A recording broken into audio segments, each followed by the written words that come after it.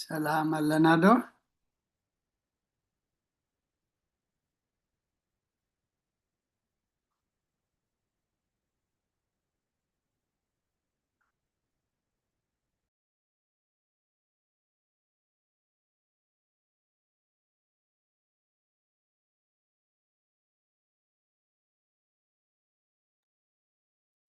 ሰላም ከመይ ውዒልኩም? ሚታ ኣለኻ ዲያቆን መሓሪ?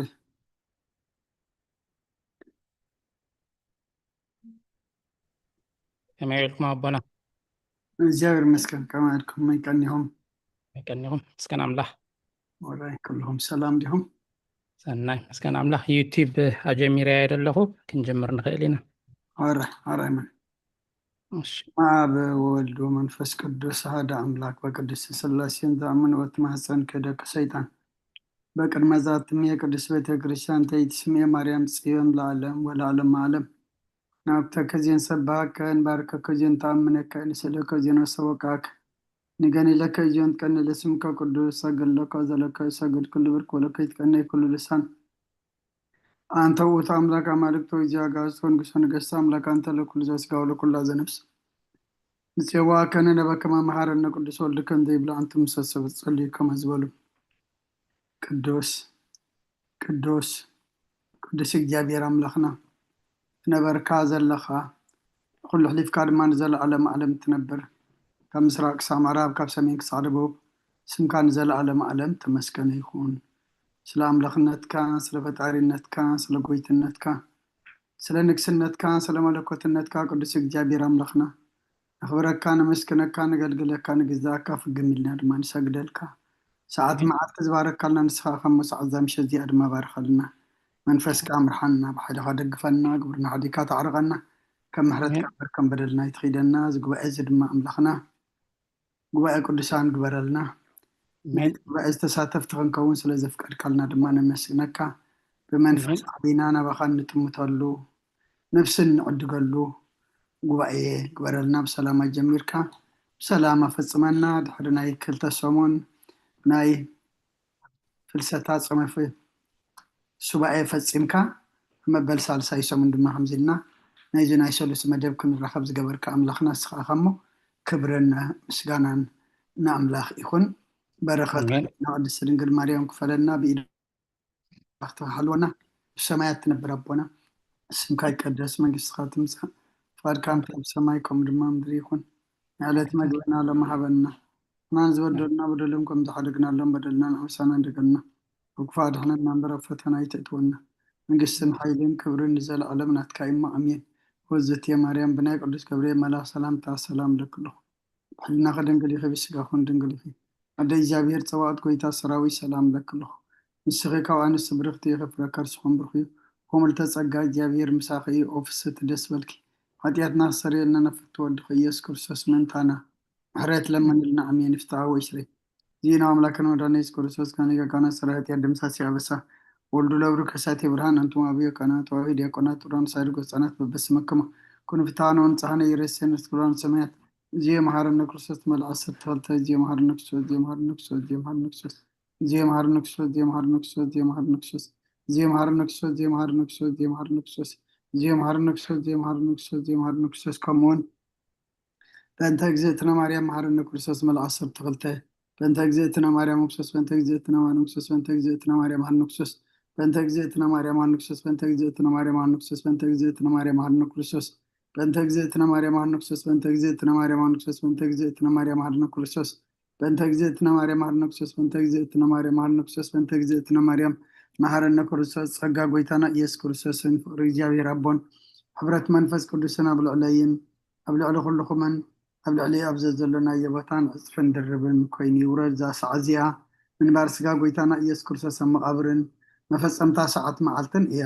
ከምኡውን ድቃሳ ምሳልመት ስለዝኾነ ከም መወዳእታ ግዜ ዕድመ ሰብ ትቁፀር ናይ ምስጋና ጸሎት ሰናይ ነገር ንዝገበረልና የቅረ ባህል እግዚአብሔር አቦን ጎይታና አምላክናን መድሓናን ኢየሱስ ክርስቶስ ነመስግኖ ኣለና። ሰውርና ረዲእናን እዩ ሓሊውናን ኣቅሪብናን ተቐቢልናን ተማዕቅብናን ኣፅኒዕናን ክሳዕዛ ሰዓት እዚኣ ወይ ናብፅሕና እዩ ጆም በዛ ደስ ዕለ እዚኣን ብኩሉ ዘመን ይወትናን ፍፅም ሰላም ክሕልወና ኩሉ እግዚአብሔር አምላክና ንልሙን ኣለና وقويتنا زيابير كل تحزبون قويتنا أملخنا مدحنا يسوع كريستوس لولو كل جبرين من كل جبرين أو كل جبرين نمسكنا كلنا سلسة كانان زرد خنان زحل خنان نبخاون سلسة قرب كانان تقبل كانان سلسة عوب كانان زتمع خنان سعادة يوم سلسة بصح خنان نمسكنك وقويتاي قرب لنا وما فكر سب سلسة نمنا كلنا كم حرد كاون لنا إذا قدس على دي عن كل زمن وطنان أخاب فرابو فسم سلامكم فسم عبنا كل قناتن كل مكران حبون قولن زقان كل قبر سيطانن مخروق فع السواتن من العل صلان أوغويتا كبير كاب كل هجب خاون هرح كاب زرياب دز دلنا يبوتاون هرح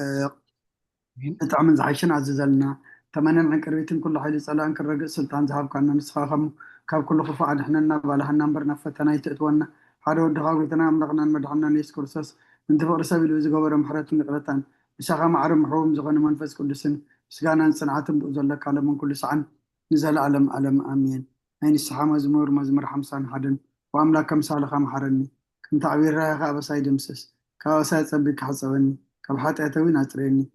أنا أبسايد فلت على خمو حتى أتى كل جزء كما يو زربا خاص عدو فردغان سوان كاتركب سانا أخط راي بدلكو أبكن ميخا أكي جوركو نهو بأبسات ولدكو هيك عبا حتى أتا نستني نانا حق أو اشتغال تدليو أحبابو أنتو أمهرني انت غص أرسو سمعزات ريني كبر الكسعودو سابني تنزغت كتاين عصم تحقو ساس بحثان حقو سنة اسمعني نزغا حبا حتى يكولو مزلع بسايم دمسسو وأملا خطوري اللي بفتر لي صنو منفس كاوش تحدش كاوغت كاي دربيني قدس منفس كاونا يتقدفني عقوس مدحان كام لسلي فقادنيا منفس ون دقفني نقد دخان مفرس همرم إيه حتى أنا بخاكم لسو يوم وأملاخ مدحاني كابدا دم أنا كفني لساني يصدق حالي الكتب له إياه ويتا في مسكانا خنا قرس خنا فريك فت مسوعة بها بلكاني تزي كونس مغرب كل كانري مسوعة مراري تقوني خما مسوعة أملاخ سور منفسيو وأملاخ نسورون كنت نبايت نقونيخا نسيم صقخا سنة يقبر الله مكاتي أتي رسالة مددا شو مسوات سلكي زحر مسواتي ومولي مسوات بهاك لك أيم شو عم مسوي راح أقرب لك أيم هللويا صلاتك زيادة كاس يكرسون قسين أملاخين مسكان أقرب له حتى أتيك حد قال لي كائل منه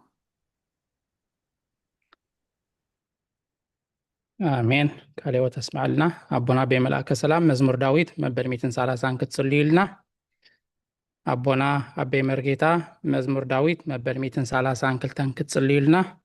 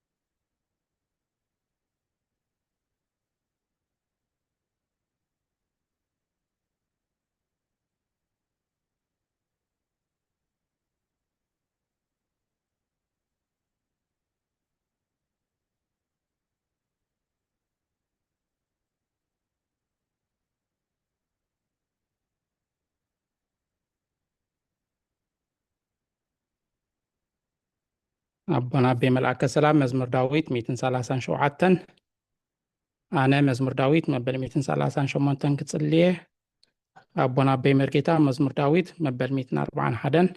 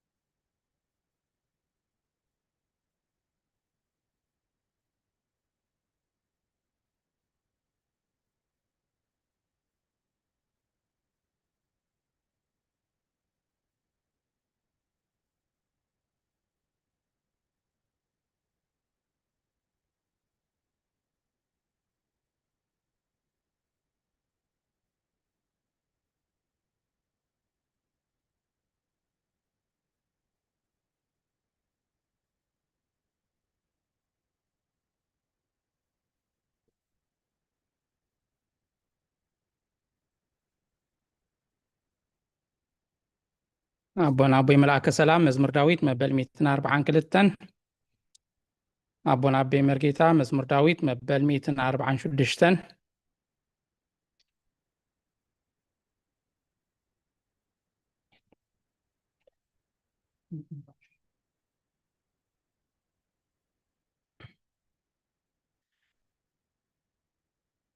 مزمور داويت مبل 248 هاليلويا እግዚአብሔር ካብ ሰማያት ኣመስግንዎ ኣብ ኣርያም ኣመስግንዎ ኩልኹም መላእኽቱ ኣመስግንዎ ብዘለኹም ሰራዊቱ ኣመስግንዎ ኣትን ፀሓይን ወርሕን ኣመስግናኦ ኣቱም ብሩሃት ከዋኽብቲ ኣመስግንዎ ኣቱም ናይ ሰማያት ሰማያትን ኣብ ልዕሊ ሰማያት ዘለኹም ማያትን ኣመስግንዎ ንሱ ኣዚዙ ተፈጢሮም እዮም እሞ ንስም እግዚኣብሔር የመስግንዎ ንዘለዓለም ዓለም ኣቆሞም ዘይሓልፍ ሕጊ ከዓ ሃቦም ንእግዚኣብሔር ካብ ምድሪ ኣመስግንዎም ኣቱም ገበላት ባሕርን መዓሙቕን ኩልኹም ኣቱም ሓውን በረድን ኣሳሒታን ግመን ቃልኦት ተስልጥ ህቦቡላን ኣቱም ኣኽራንን ኮረቢትን ኩልኹም ፈረይቲ ኣዋምን ፅሕድታትን ኩልኹም ኣራዊትን ኩላትኩም እንስሳን ለመምእ ትብሉን ነፈርቲ ዓዋፍን ነገስታት ምድርን ኩላትኩም ኣሕዛብን መሳፍንትን ኩላትኩም ፈረትን ምድርን ኣጉባዝን ጎራዙትን ዓበይቲ ምስ ንኣሽቱ ስሙ በይኑ ልዑል እዩ ግርምኡ ኣብ ልዕሊ ሰማይን ምድርን እሞ ንስም እግዚኣብሔር የመስግንዎ ንህዝቡ እውን ቅርና ኣልዓለ ስለዚ ኩሎም ቅዱሳኑ ደቂ እስራኤል እቲ ዝቐርቦ ህዝቢ የመስግኑ ኣሎ ሃሌሉያ ሃሌሉያ ቅዱስ እግዚአብሔር ቅዱስ ኃያል ቅዱስ ሕያው ዘይመውት ወንጌል ሉቃስ ምዕራፍ 2 ካብ ቁጥሪ 25 ክሳብ 32 እንሆ ድማ ብኢየሩሳሌም ስምዖን ዝበሃል ሰብኣይ ነበረ ሰብኣይ ዝጻድቕ ንኣምላኽ ዝፈርህ ንጽናዕ እስራኤልን ጽበ ነበረ መንፈስ ቅዱስ ድማ ነበሮ ነቲ መሲሕ እግዚአብሔር ከይረኣዮ ሞት ከም ዘይርኢ ድማ መንፈስ ቅዱስ ተገሊጹሉ ነበረ ብመንፈስ ከዓ ናብ ቤተ መቅደስ መጸ ወለዱ ኢየሱስ ህፃን ከም ስርዓቱ ክገብርሉ ምስ ኣተው ስምዖን ድማ ኣቢሉ ሓቁፎ ንኣምላኹም ከም ዝናበለ ባረኸዎ ጎይታይ ነቲ ናዛብ ምግላፅ ብርሃን ንህዝብኻ እስራኤልን ክብረት ክኸውን ኣብ ቅድሚ ኩሉ ዘዳለኻዮ ምድሓንካ ዓይንተይ ካብ ራእያስ ሕጂ ከም ትዘረባኻ ንባሪኻ ብሰላም ተፋንዎ ኢኻ በለ ምስጋና ንእግዚአብሔር ኣምላኽ ይኹን ኣሜን ክርስቶስ ኣምላኽና ምሴራ ኣቦኻን መንፈስ ቅዱስን ሎምን ኩሉ ሰዓት ንሰግደልካ ኣሎና ኣሜን ኣቦይ መርጌታ ክፍልታት ጸሎት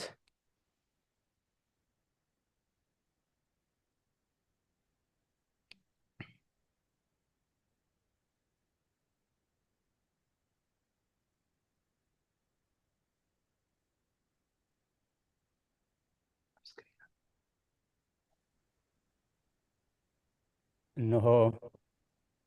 ኣብ ቅድሚት ቁኑዕ ፈራዲ ክቐውም ተዳልየ ኣለኹ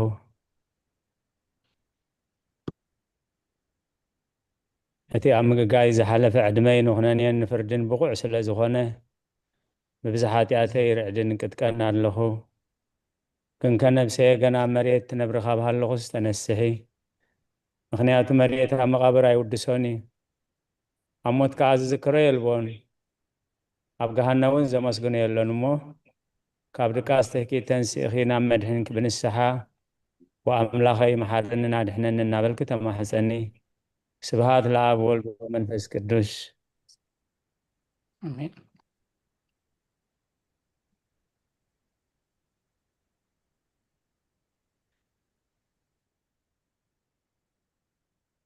وأكثر يبدأ أو عدم أقدر أنا تزقون سي نفسي نشوف القانون يعني بالله كيف كان ድምፂ ይስማዓኒ ዘሎ قرب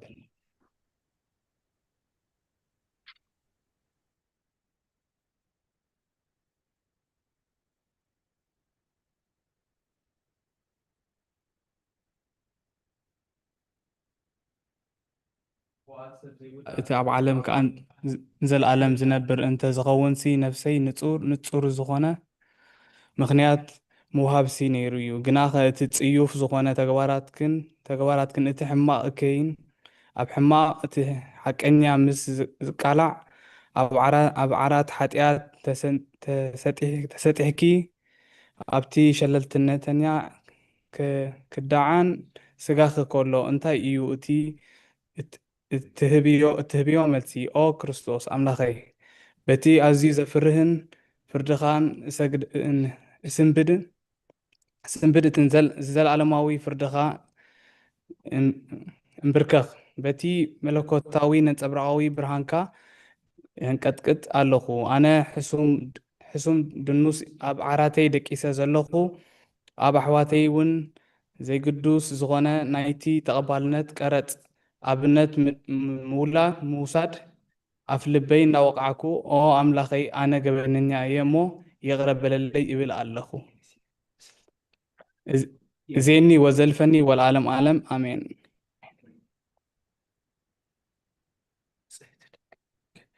او ንጽህቲ ድንግል ናባርያኺ እቲ ቅልጡፍ ጽላል ረድኤትኪ ዘርጊሐ ነቲ ኣብ ሕልናይ ከም ማዕበል ዘጋማጥል ክፋእ ሓሳባት ካባይ ኣርሕቕዮ ነታ ሕምምቲ ነፍሰይ ብኽንነቱን ኣዝዩ ሃለዋታ ጠፊእዋ ኣሎ እሞ ናብ ጸሎትን ምንቃሕን ኣበግስ እያ ምኽንያቱ ንስኺ ካልኦትን ምሕረት እትልምን ኣላይት ኣደን ኢኺ ዓደ ምንጪ ሕይወት ንጉሰይ ኣምላኸይን ጎይታ ኢየሱስ ክርስቶስ ተስፋይ ኢኺ آمين.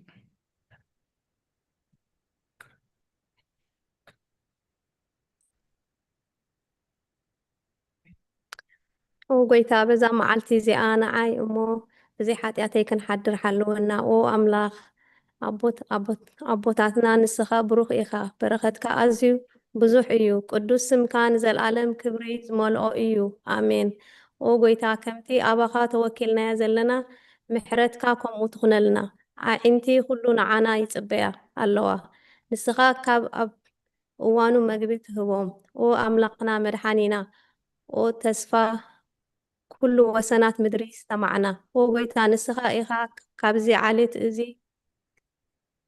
نزل العالم ترحنا تعقبنا آمين وقويتا بروخ إيخا أمو فردخا مهارني وقويتا بروخ إيخا أمو حقنتك أردأني وقويتا بروخ إيخا أمو كبرخا أبرها لي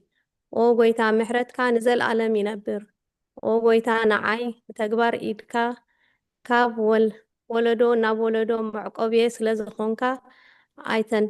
أيتنتسأغني وقويتاي نعاها بديلة إيه أمو محارنن نفسين عدحننن النابلكو إزئلي ألهو وقويتاي كاباي توكيلة ألهو أمو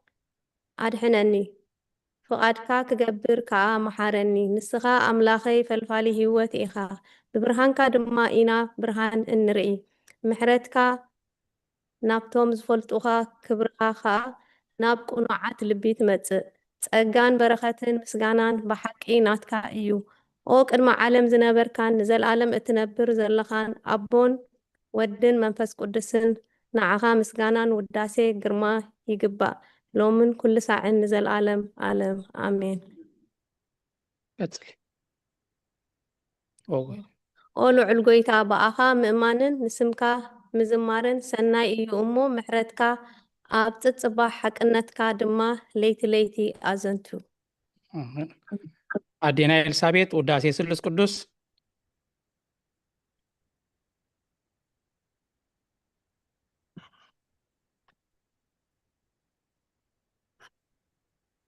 አዴና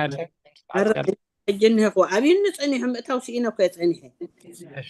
قدوس እግዚአብሔር ቅዱስ ኃያል ቅዱስ ሕያው ዘይመውት ካብ ቅድስት ድንግል ማርያም ዝተወልደ መሐረና ቅዱስ እግዚአብሔር ቅዱስ ኃያል ቅዱስ ሕያው ዘይመውት ኣብ ዮርዳኖስ ዝተጠምቀ ኣብ ልዕሊ ዕፀ መስቀል ምእንታና ዝተሰቕለ መሐረና ቅዱስ እግዚአብሔር ቅዱስ ኃያል ቅዱስ ሕያው ዘይመውት ኣብ ሳልሳይ መዓልቲ ካብ ምውታት ዝተንሰየ በምስጋና ናብ ሰማያት ዝዓረገ ኣብ የማን አቦ ዝተቐመጠ ኣብ ሕያዋንን ሞታንን ክፈርድ ከም ብሓድሽ ክመጽእ እዩ ኦ ጌታ መሐረና ምስጋና ንኣቦን ወልድን መንፈስ ቅዱስን ሎምን ኩሉ ዘለዓለም ኩሉ ሰዓን ንዘለዓለም ዓለም አሜን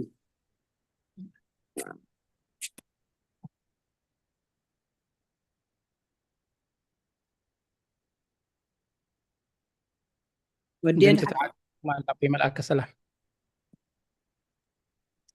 ኦስሉስ ቅዱስ መሐረና ኦስሉስ ቅዱስ መሐረና ኦስሉስ ቅዱስ መሐረና وقويتا حتياتنا حدا قالنا وقويتا بدلنا يصبصبلنا وقويتا أبسانا قربلنا وقويتا نحمات وغاب صحيما فوسهم انت قدسم كالكا فوسهم وقويتا نتم زمتو أبتاتنا نديتاتنا نحواتنا نحاتنا كعنفسا معرف وغاب حتيات الزخون كاقويتا محرنا وغاب حتيات الزخون كاقويتا ردعنا لما أنا أتقبل لنا كبر مسكانا بفتح معرقن قدسنا نعخاي قبا أمين وقويتا محرنا وقويتا محرنا وقويتا بارخنا وقويتا بقعات قبرنا مسكانا هم جيلنا هم تصلب سمايات تنبر أبونا سمكاي قدس منقست خاتم صاف خار كامتا بسماي كومدما مدريهون على تمقبلنا له ما هبلنا نحن نزودلنا بدلهم زحدقنا له بدلنا نحوسانا ندقلنا كفارنا نمبر فتنا يتتونا منقسم حيل كبر النزال على منات كائما أمين أوزت يا مريم من قدس جبريل ملا سلامته سلام لك الله وحلنا دنقلي خي بسقاهون دنقلي خي هذا إجابة هرتوات قويتا سراوي سلام لك الله نسخك وانس برختي خي فركر سخون برغي أمولت سقاد جابير مساخي أوفست دسولكي حتياتنا خسر لنا نفت ودق يسوس كريستوس منتانا محرت لمن لنا أمين أمين.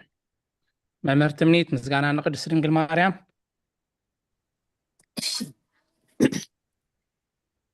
እሺ ከመምሲኹም ምስጋና ንቅድስት ድንግል ማርያም ኦ ቅድስት ምልእቲ ጸጋ ኩሉ ግዜ ድንግል ዝኾንኪ ወላዲት ኣምላኽ ኣዶ ክርስቶስ ሰላም ንብለኪ ምእንቲ ሓጢኣትና ክሓድገልና ናብ ፍቁር ወድኺ ጸሎትና ኣርግልና ንሓቀኛ ብርሃን ኢየሱስ ክርስቶስ ኣምላኽና ዝወለድክልና ቅድስት ድንግል ናብ ጎይታ ለምንልና ኦ ቅድስት ድንግል ማርያም ወላዲት ኣምላኽ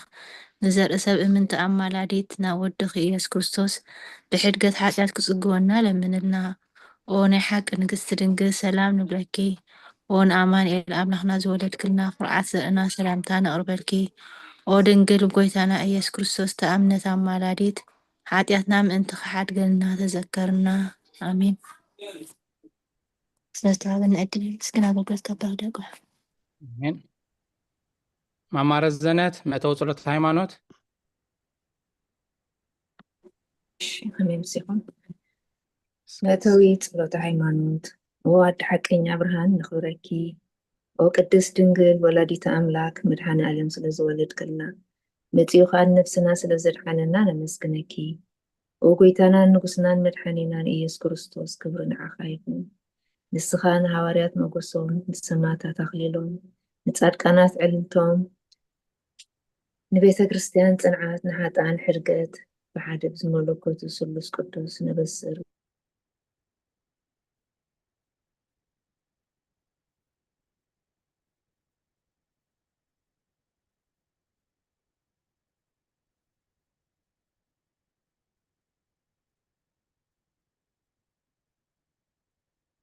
እሺ አቦና አቦይ መርጌታ ናይ ሃይማኖት ጸሎት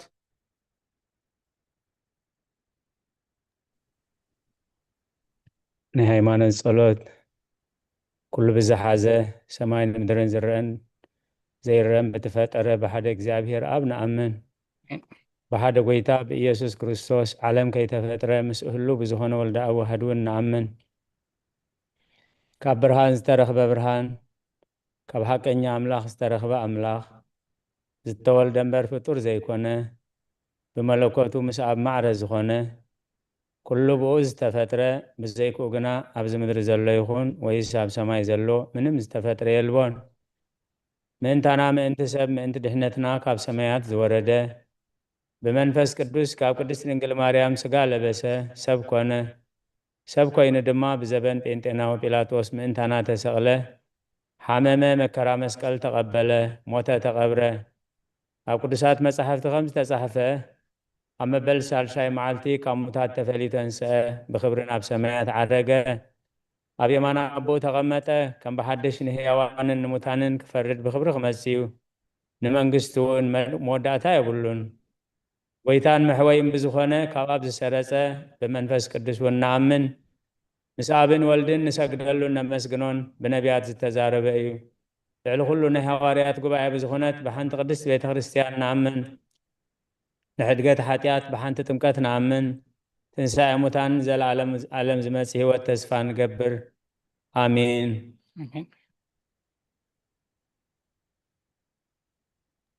ጎይታ ጸሎትና ሰሚዕኻ ሓጢኣትና ሓደገልና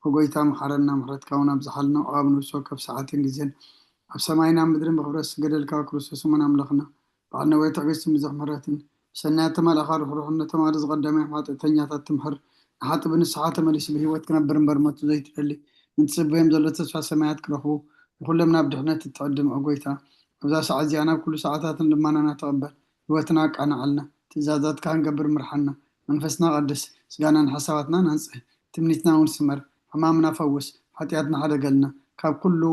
كفوء حزن سكات برد عنا كلنا ممكن نقب قدسان ملاك تحلونا نا وحدات امنت كان مرحمة انتي نابت زي مرمرن زي وسان فلتات كان بس حد لنا سخان زي العالم بروخي خامين عقويتا وعاد كبرنا مسكانا حمزي لنا خنصلي بسمايات نبر ربنا سمكاي كادس مقص خاتمسا قد كام تاب سمايكم دمام دريخون نعليت مقبنا لما حبنا نانز ودلنا ودلنكم زحرقنا لهم ودلنا نعسانا دقلنا كم كفاد احنا نمبر فتنا يتأتونا نقسن حيلين كورن نزل علم نتكايم أمين وزت يا مريم بناي قدس جبريل ملاك سلام تا سلام لك له حلنا غدن قليخي بسقاهون دنقليخي لي جابير تواد كويتا سراوي سلام لك له سقاكو أنس برغتي فركر سوم برخي ومليتا سقاي جابير مساخي وفست دس بالكي حديات ناصر يلنا نفتو ودغي يسكر سسمنتانا حرات لمن لنا أمين جابير اسمعنا جابير قبل الله ترفق زينا عمل أخبار خلنا أمين ስለዝነበረና ናይ ጸሎት ጊዜ ንእግዚአብሔር ኣምላኽና ክብርን ምስጋናን ይብጽሓዮ ካብዚ ብምቕጻል ከምቲ ልሙድ ኩሉ ግዜ ኣብ ነፍሲ ወከፍ ሰሉስ ድሕሪ ቀትሪ ካብ ሰዓት 6 ክሳብ ሰዓት 8 እንገብሮ ንባብን ትምህርትን ኣስተንትኖን ናይ ሃይማኖት ኣበው ንሎም ድማ ከም ፈቃድ ኣምላኽ መቐጸልታ ናይቲ ሒዝናዮ ዝነበርና ሃይማኖት ኣበው ምዕራፍ 60 ክፍሊ 1 ቁጽሪ 1 ጀሚርና ክነንብብ ኢና نبوتاتنا نبياتنا حوارياتن مستيرون تبابن زغلصلهم እግዚአብሔር አምላኽና ንዓናኻ مستيرون تبابن ይግለጸልና ሃይማኖት አበው ምዕራፍ 60 ክፍሊ 1 ቁጽሪ 1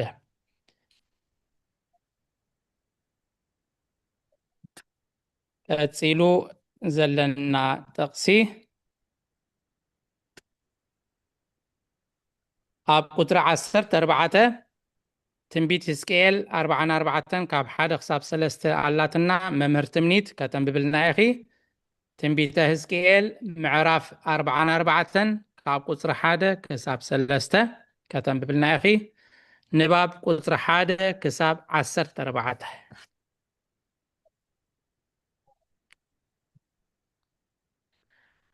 ድሕሪ ስደት እቲ ሓዲ መቅደኒዮስ ኣብ ሃገር ቁስጥንጥንያ ሊቀ ጳጳሳት ዝተሾመ ናይ እንዚናዙ ኤጲስቆጶስ ነባቤ መለኮት ቅዱስ ጎርጎርዮስ ከምዚ በለ እሺ ከነስተውዕለላ ዛ ምዕራፍ 60 ናይ ቅዱስ ጎርጎርዮስ ነባቤ መለኮት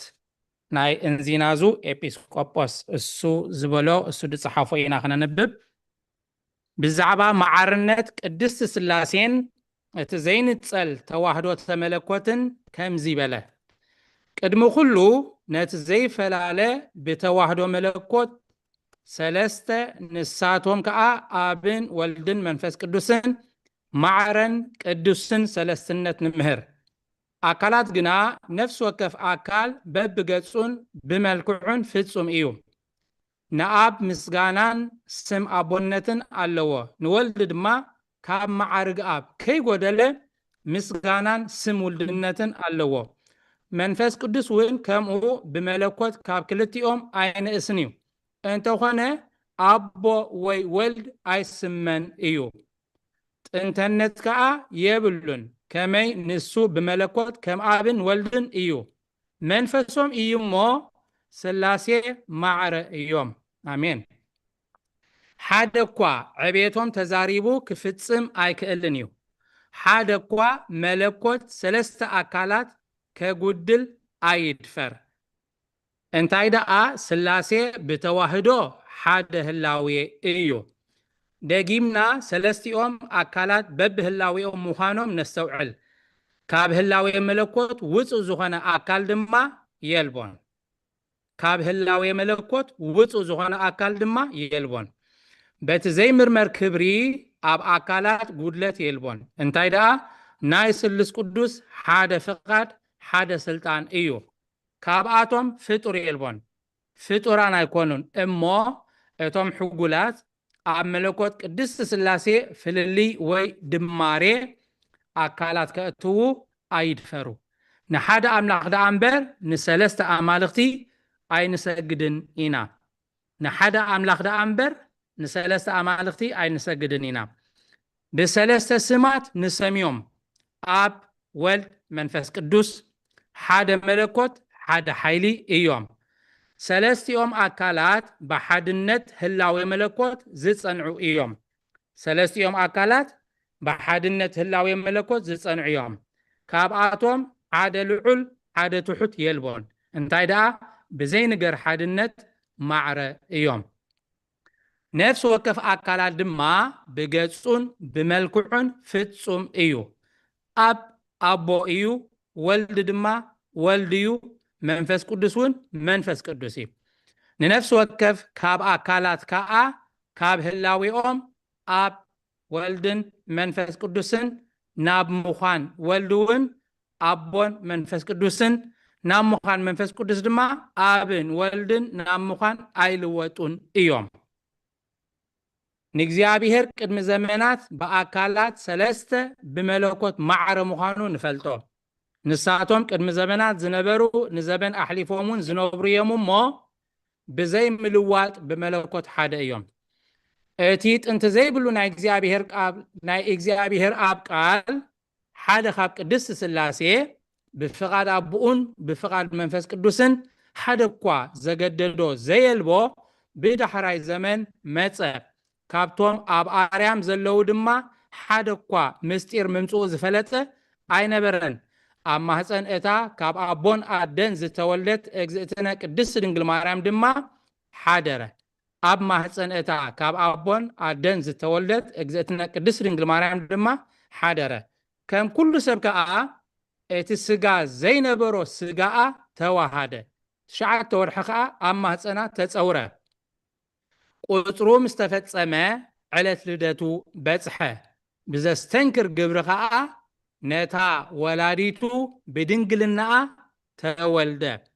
እቲ ዝተወልደሉ ማሕተም ድንግልናኣ ኣይተለወጠን እቲ ዝተወልደሉ ማሕተም ድንግልናኣ ኣይተለወጠን እንታይ ደኣ እቲ ማሕተም ድንግልናኣ ብሕቱሙ ብኡ ተወልደ ከምታ ነቢ ሕዝቅኤል ዝረአያ ኣፍ ደገ ብዘይ ኣምላኽ እስራኤል ሰብ ዘይኣተዋ እቲ ኣፍ ደገ ከይተራሕወ ኣብኣ ኣትዩ ወፀ እቶም ዓያሹ ናይ እግዝእትነ ማርያም ምጥናሳን ምውላዳን ከም ኩለን ኣንስቲ ኣይተምስልዎ ንእግዝእትነ ማርያም ከቶ ከምዚ የብላን ከመይ ደኣ ንእግዚአብሔር ቃል ብዘይ ዘርኢ ሰብኣይ ጠነሰቶ ብዘይ ፃዕርን ሕማምን ከዓ ወለደቶ ሕዝቅኤል 44 ካብ 1 ክሳብ 3 دحن دوعلكم أنا هم ببعيد يكون صبق إيش هزكيل مصحف هزكيل 44 كاب قصر حدا حساب 3 أقلقلون فبرعاويت أفدق دحرزي نام مقد تانا مبرق ترئي مقدي دق مقدس ملسني عصو تخايا እግዚአብሔር ድማ በለኒ እዛ ደገ እዚኣ ዕፁት ትኹን ኣይትከፈት ሰብውን ኣይተዋ እግዚአብሔር ኣምላኽ እስራኤል ኣትዩላ እዩ እሞ ስለዚ ብዕፁታት እምበር እቲ መስፍንሲ መስፍን ስለ ዝኾነ ኣብ ቅድሚ እግዚአብሔር እንገራ ክበልዕ ኣብኡ ክቕመጥ እዩ ንሱ ብመንገዲ ገበላት ደገ ክኣቱ በኣ ኣቢሉ እውን ክወፅእ እዩ ቃል ሕይወት የስማዓልና ክብሪ ሃበለ ዲያቆንሽ አሜን حراي ممرت منيت رأي يوحنس معرف حدا قطر شومنته كتم ببلنا يخي نباب قطر 15 10 حمام وليد فتصم اي تفلتان اي فلتاتنون معنتزي انسا يدنق حيل عبيت مولادا اي مرمرنيو انبار كونتو حدا كوا كمرمرو بزي كእል كمزي ولدتو معتم دنگلنا اي تلوتن ملكوت زي توهادو تراسب اي ولدتن انت ملكوتو خا كاب اجزتنا مريم بالسغا خاب زولد ننجو زترخبه اي كونن كمينسو ቀዳማውን ዳሕራውን እዩ ጥንተ መለኮቱ ከዓ ካብ እግዝእትነ ማርያም ብስጋ ካብ ዝውለድ ንነጆው ዝተረኽበ ኣይኮነን ከመይ ንሱ ቀዳማውን ዳሕራውን እዩ ራእይ ዮሐንስ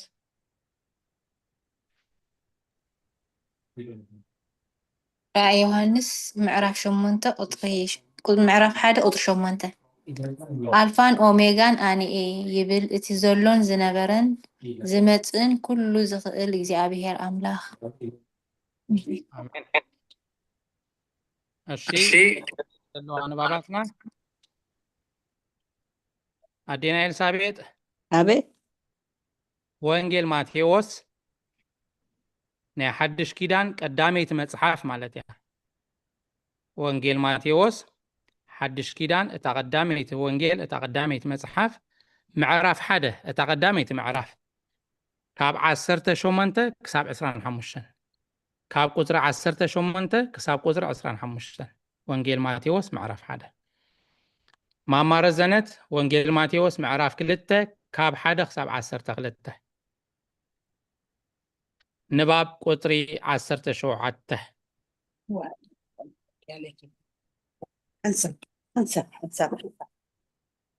እሺ ድሓን ከንብባ ሞዛ ንባብናተይ ቀሲል ክንድለያ ተደይ ወዲእክና ክሳብ ደንብባ ከጽብየክኒ እሺ ንባብ ቁጥሪ 17 ኣብ ልዕሊ ኩሉ ስልጣን ዘለዎ እግዚአብሔር ቃል እሞ ሰብ ቅድሚ ምዃኑን ካብ እግዝእትነ ማርያም ስጋን ነፍስን ምስ ተዋሃደውን ንሱ ኩሉ ሳዕ ሓደ እዩ ህላዌ መለከቱ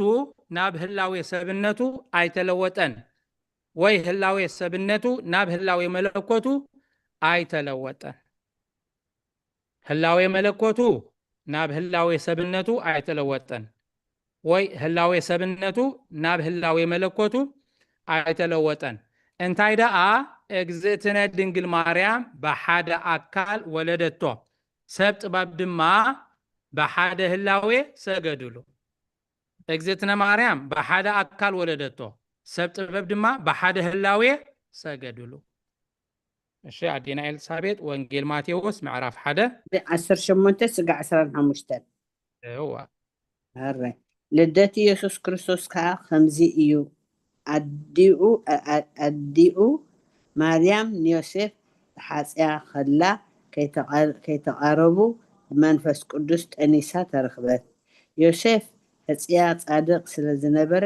ብሕቡእ ክሓድጋ ደኣ ሓሰበ እምበር ከጋልፃ ኣይደለየን ንሱ እዚ ክሓስብ ከሎ እንሆ መልአኽ እግዚአብሔር ብሕልሚ ተራእዮ ከምዚ ድማ በሎ ዮሴፍ ወዲ ዳዊት እቲ ካብኣ ዝውለድ ብመንፈስ ቅዱስ ስለ ዝኾነ ሕጽይትኻ ማርያም ምውሳዳ ኣይትፍራሕ ወዲ ክትወልድ እያ እሱ ከዓ ንህዝቡ ከዓ ካብ ሓጢአት ከድሕኖም እዩ እሞ ስሙ ኢየሱስ ክትብሎ ኢኻ እዚ ሁሉ ድማ እቲ እግዚአብሔር ብነቢይ እንሆ ድንግል ክትጠንስ ወዲ እውን ክትወልድ እያ ስሙ ከዓ አማኑኤል ክብልዎ እዮም ትርጉሙ ከዓ አምላኽ ምሳና ማለት እዩ እናበለ ዝተዛረቦ ምእንቲ ክፍጸም ኮነ ዮሴፍ ካብ ደቃሱ ተንስኡ መልአኽ እግዚአብሔር ከም ዝኣዘዞ ገበረ ንማርያም ሕጽይቱ ወሰዳ በኽሪ ወዳ ክሳዕ እትወልድ ኣይፈልጣን ስጋ ብትወልድ ኣይፈለጣን ስሙ ድማ ኢየሱስ እዩ ሰመዮ ኢየሱስ ኢሉ ሰመዮ በኽሪ ወዳ ክሳዕ እትወልድ ኣይፈለጣን ስሙ ድማ ኢየሱስ ኢሉ ሰመዮ አራይ አሜን ካዶም ተስማዕልና ነለ ቃል ህይወት ይስማዕልና ብስም መንፈስ ቅዱስ ሓደ አምላክ አሜን ወንጌል ማቴዎስ ምዕራፍ 2 ካብ 1 እስከ 12 ምምጻእ ሰብ ጥበብ ኢየሱስ ብዘመን ሄሮዶስ ኣብ ቤተልሔም ናይ ይሁዳ ምስ ተወልደ እንሆ ሰብ ጥበብ እቲ እተወልደ ንጉስ አይሁድ ኣበይ ኣሎ ኮኸብ ኣብ ምብራቅ ርኢና እሞ ክንሰግደሉ መጺና እናበሉ ካብ ምብራቅ ናብ ኢየሩሳሌም መጹ ንጉስ ሄሮዶስ ሰሚዑ ሰንበደ ኩላ ኢየሩሳሌም ውን ምስኡ ንሱ ድማ ንኩሎም ሊቃውንቲ ካህናትን ጸሓፍቲ ህዝብን ኣኪቡ ክርስቶስ ኣበይ እዩ ዝውለድ ኢሉ ሓተቶም ንሳቶም ከዓ ኣብቲ ቤተልሔም ምድሪ ይሁዳ ንህዝበይ እስራኤል ዝሕሉ ሹም ካባኺ ክወፅእ እዩ እሞ ካብ ሽማንቲ ይሁዳ ከቶ ኣይክትነእስን ኢኺ ጽሑፍ እዩ እሞ ኣብ ቤተልሔም ናይ ይሁዳ እዩ በልዎ። ድሕሪዚ ሄሮዶስ ንሰብ ጥበብ ብሕቡእ ፀውዖም ካባታቶም ድማ ዘመን እቲ እተረኣዮም ኮኸብ ኣጸቢቑ ተረድአ። ናብ ቤትልሔም ድማ ሰደዶም ከድኩም ብዛዕባ እቲ ህፃን ኣረጋጊፅኩም መርምሩ፣ ምስ ረኸብኩምዎ ኣነ ከዓ መፂአ ክሰግደሉ ኣፍልጡኒ በሎም። ንሳቶም ከዓ ካብ ንጉስ ሰሚዖም ከዱ። እንሆ እቲ ኣብ ምብራቅ ዝረኣይዎ ኮኸብ ኣብ ልዕሊ እቲ ህፃን ዘለዋ ቦታ መፂ ደው ክሳዕ ዝብል መርሖም። ነቲ ኮኸብ ምስ ረኣዩ ኣዝዮም ብዙሕ ሓጎስ ተሓጎሱ። ናብ ቤተልሔም ኣትዮም ነቲ ህፃን ምስ ማርያም ኣዲኡ ረኣይዎ፣ ፍግም ኢሎም ሰገድሉ። ንሳጽኖም ከፊቶም ከዓ ወርቅን ዕጣንን ከርበን ገጸ በረከት ሃብዎ። ናብ ሄሮዶስ ከይምለሱ ብሕልሚ ምስ ተራእዮም ድማ ብኻልእ መገዲ ናብ ሃገሮም ተመልሱ። ስለ ቃላት እግዚአብሔር ይመስገን። አሜን። አራይ ቀፂሎ ለንባብና ኣብ ቁፅሪ 21 እዩ።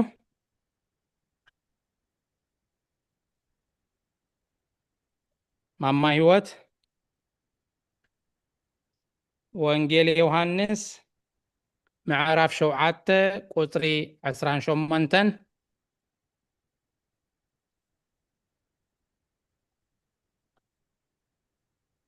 ባባ ያዕቆብ እንተ ሃሊኻ ተደይ ወፂኻ ከዓ ወንጌል ዮሐንስ ምዕራፍ 16 ካብ 27 ክሳብ 29 ከተንብበልና። ምናልባት ተደይ ሃሊኻ መምህርቲ ምኒት ከተንብብያ። ወንጌል ዮሐንስ 16 ካብ 27 ክሳብ 29 ንባብ ቁጥሪ 18 ክሳብ 21 መለኮት ምስ ሰብነት ክዋሃድ ከሎ ናይ እግዚአብሔር ቃል ተዋህዶ ክልተ ኣካል ክልተ ህላዌ እዩ ኣይበሃልን እዩ። እቶም ሕሱራትን ርኩሳትን ሰባት እቶም ንመለኮት ካብ ልደት ስጋ ባዕድ ዝገብርዎ ከም ዝበልዎ ኣይኮነን። እንታይ ደኣ ብዘደንቕ ግብሪ እዩ። ሰብ ኣብ ዝኾነሉ ጊዜ ከም ሰብ ብዘርኢ ሰብ ኣይተወልደን። እንታይ ደኣ ኣምላኽ ሰብ ኮነ። ከምዚ ኸማይ ብሩካቤ ሰብኣይን ሰበይትን መፂኡ እንተዝኸውን ከዓ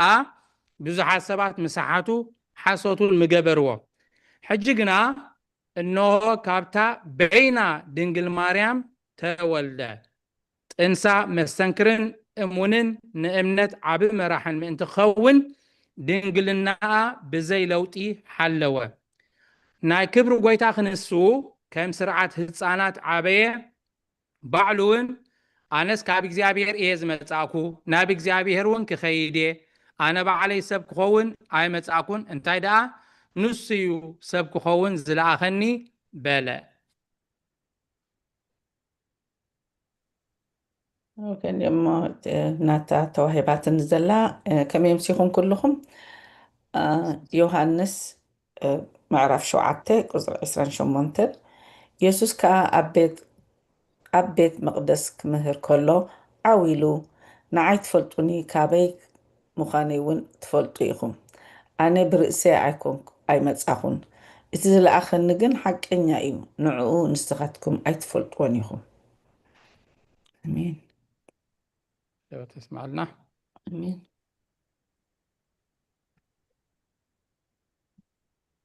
እሺ አቶ ያዕቆብ ወይ ማማ ትምኒት። እሺ ኣለኹ። ወንጌል ዮሐንስ ምዕራፍ 16 ካብ 27 ክሳብ 29 26 27 ብሓደ እየን ዘለዋ። በታ መዓልቲ እቲኣ ብስመይ ክትልምኑ ኢኹም። ንስኻትኩም ኣነ ካብ ኣምላኽ ከም ዝወፃእኩ ስለ ዝኣመንኩምን ዘፍቀርኩምንን ኣቦ ባዕሉ የፍቅረኩም ኣሎ እሞ ነቦም እንታኹም ኣነ ከም ዝልምኖ ኣይብለኩምን እየ። ካብ ኣቦ ወፂኤ ናብ ዓለም መጻእኩ፣ ንዓለም ሓዲገ ድማ ናብ ኣቦ እኸይድ ኣለኹ። እቶም ደቂ መዛሙርትኻ እንሆ ሕጂ ብግሁድ ትዛረብ ኣለኻ፣ ሓንቱካ ብሕቡእ ኣይተዛረብካን። ቃል ሕይወት የስማዓልና ዲያቆን። አሜን። ቃል ሕይወት የስማዓልና። أدينا إلسابيت أبيت وانجيل ماتيوس أبزح جزنبب كنا ماشي معرف حدا اللي خنام بيبكن معرف 4 ترابعيت معرف كاب قطر 23 كساب قطر 25 وانجيل ماتيوس معرف 4 كاب قطر 23 كساب قطر 25 ماتيوس أنا متجمرتا وانجيل ويدما مصحفني حدش كيدان هم بيبكن صنعك أنت قلت لي وانجيل ماتيوس معرف 4 كاب 23 سلستين سقع 25 ما مرزنا دما وانجيل ماتيوس معرف 11 كاب 4 كساب 6 كاب 23 دي هذول كاني 23 كساب 25 قدم أنا خمسة أنا بقى قطر 22 እዚህ ከዓ ነቲ ማርያም ዝወለደቶ ኣካል ባዕሉ ምስክር ይኸውን እዩ ንሱ ካብ ኣብ ከም ዝመፀ ናብ ኣብ ዝኸይድ ከዓ ካልእ ከም ዘይኮነ እንታይ ደኣ ንሱ ብህላዊኡ ሓደ ዋህድ እዩ ብድሕሪ ልደት ክልተ ኣይኮነን ክልተ ኣካል ኣይኮነን ወይ ክልተ ኣምሳል ኣይኮነን እንታይ ደኣ ብኩሉ ግብሪ ብሓይልን ብመንክራትን መከራ ብምቕባልን ሓደ ኣካልን ሓደ ህላዌን እዩ شادين إلسابيت ኢየሱስ መሃረንን ኣሕወየንን ኢየሱስ ድማ ኣብ ኩላ ገሊላ ኣብ ቤት ጸሎት ኣይሁድ እናመሃረ ብስራት መንግስቲ እግዚአብሔር እናሰበኸ ኣብ ህዝቢ ዘሎ ኩሉ ዓይነት ሕማም እናሕወየ ይዘውር ነበረ ዝንኡ እውን ኣብ ኩላ ሶርያ ተዘርጊሓ ኩሎም ሕሙማት በብዓይነቱ ሕማምን ቃንዛን ዘለዎም ኣጋንንቲ ዝሓደርዎም በብወርሒ ዝለዓል ሕማም ዘለዎምን ልሙሳትን ኣምፅኡሉ ንሱ ድማ ኣሕወዮም ካብ ገሊላን ካብ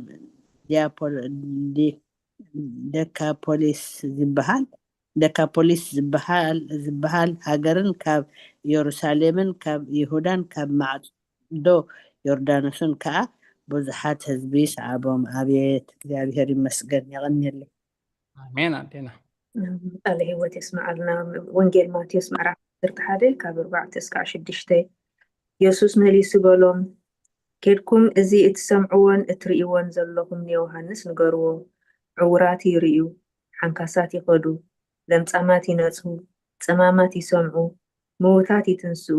ንድኻታት ድማ ወንጌል ይሰብኽ ኣሎ ኣበይ በኣይ ዘይዕንቀፍ ከኣብፁ እዩ ኣሜን ኣሜን መምህር ትምኒት ኣብ ቁፅሪ 24 እንደላ ንባብና ዕብራውያን ምዕራፍ 7 ቁፅሪ 26 ዕብራውያን 7 26 ንባብ ቁፅሪ 23 24 ጎይታና ኢየሱስ ክርስቶስ ክልተ ህላዌ ኣይኮነን እንታይ ደኣ ሓደ ወልድ ዋህድ እዩ ጎይታና ኢየሱስ ክርስቶስ ክልተ ህላዌ ኣይኮነን እንታይ ደኣ ሓደ ወልድ ዋህድ እዩ ሓደ ምስኮነ ኣይፈላለን እዩ ማለት መለኮትን ሰብነትን ሓደ ምስኮነ ኣይተሓዋወስን እዩ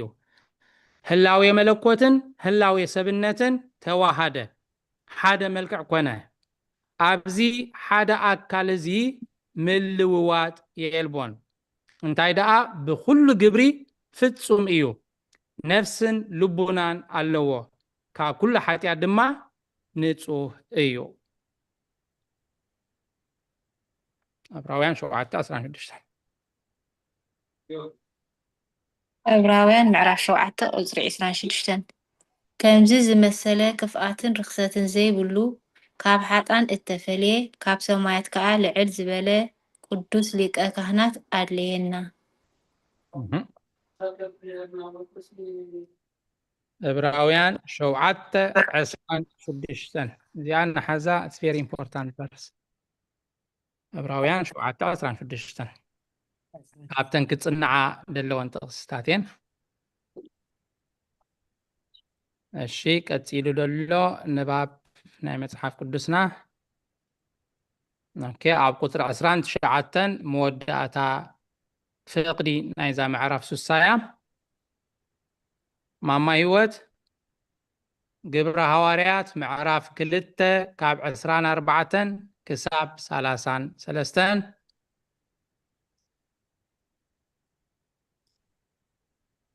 ما بايقو وانجيل يوحنس معرف 19 قطري 30 ما مارزنت مزمور داويت مبل 16 قطري 10 نباب قطري 25 كساب 29 ጎይታና ኢየሱስ ክርስቶስ ክጠምእ ከሎን ክጸምእ ከሎን መገዲ ብምኻድ ክደክም ከሎን ከምቲ እቶም ርኹሳት ሰባት ዝብልዎ ብምትሃት መከራ ኣይተቐበለን እንታይ ደኣ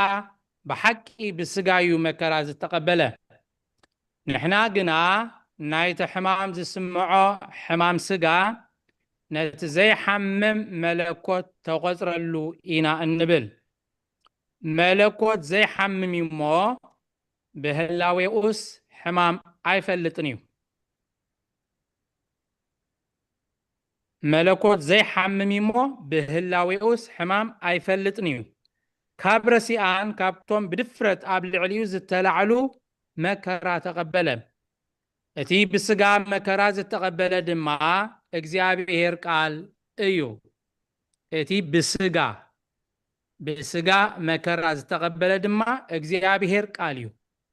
ንመለኮት ግና መከራ ኣይረኽቦን እዩ ቃል ኣብ ዕፀ መስቀል ብስጋ ተሸንከረ ቃል ኣብ ዕፀ መስቀል ብስጋ ተሸንከረ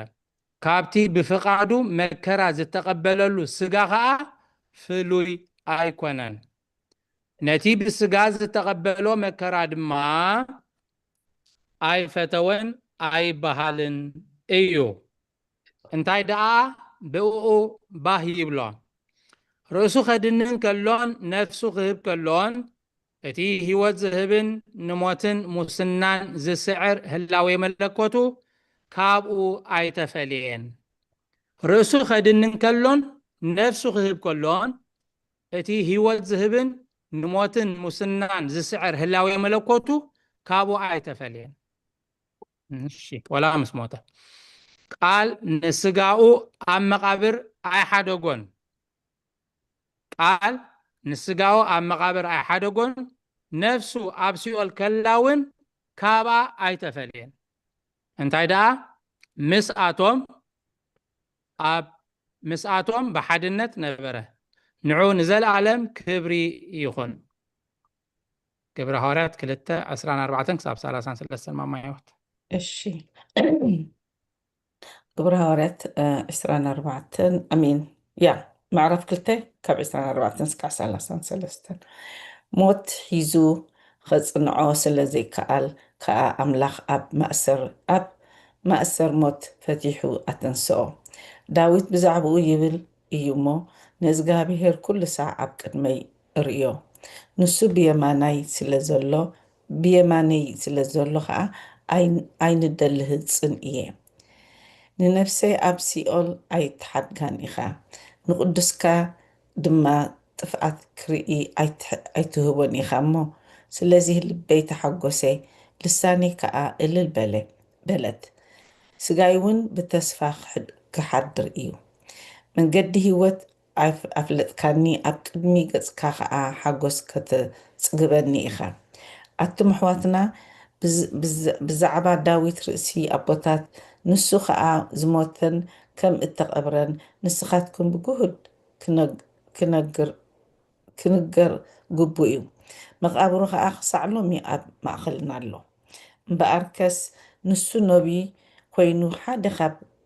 ፍረ ክርስቱ ኣብ ዝፋን ክቕመጥ ኣምላኽ ብመሓላ ከም ዝመሓለሉ ክንዲ ዝፈለጠ ቅድም ርእዩ ብዛዕባ ትንሳኤ ክርስቶስ ነፍሱ ኣብ ሲኦል ከም ዘይትተርፍ ስግኡ ከዓ ጥፍኣት ከም ዘይርኢ ተዛረበ ኣምላኽ ነዚ ኢየሱስ እዚ ኣተንስእዎ በዚ ንሕና ኩላትና ምስክር ኢና ሕጂ ድማ ናብ የማን ኣምላኽ ልዕል ምስ በለ ተስፋ መንፈስ ቅዱስ ከዓ ካብ ኣቦ ምስ ተቐበለ ነዚ ንስኻትኩም እትርእይዎን እትሰምዕዎን ዘለኹም ንሱ ኣፍሰሶ ኣሜን ቃል ሕይወት ይስማዕና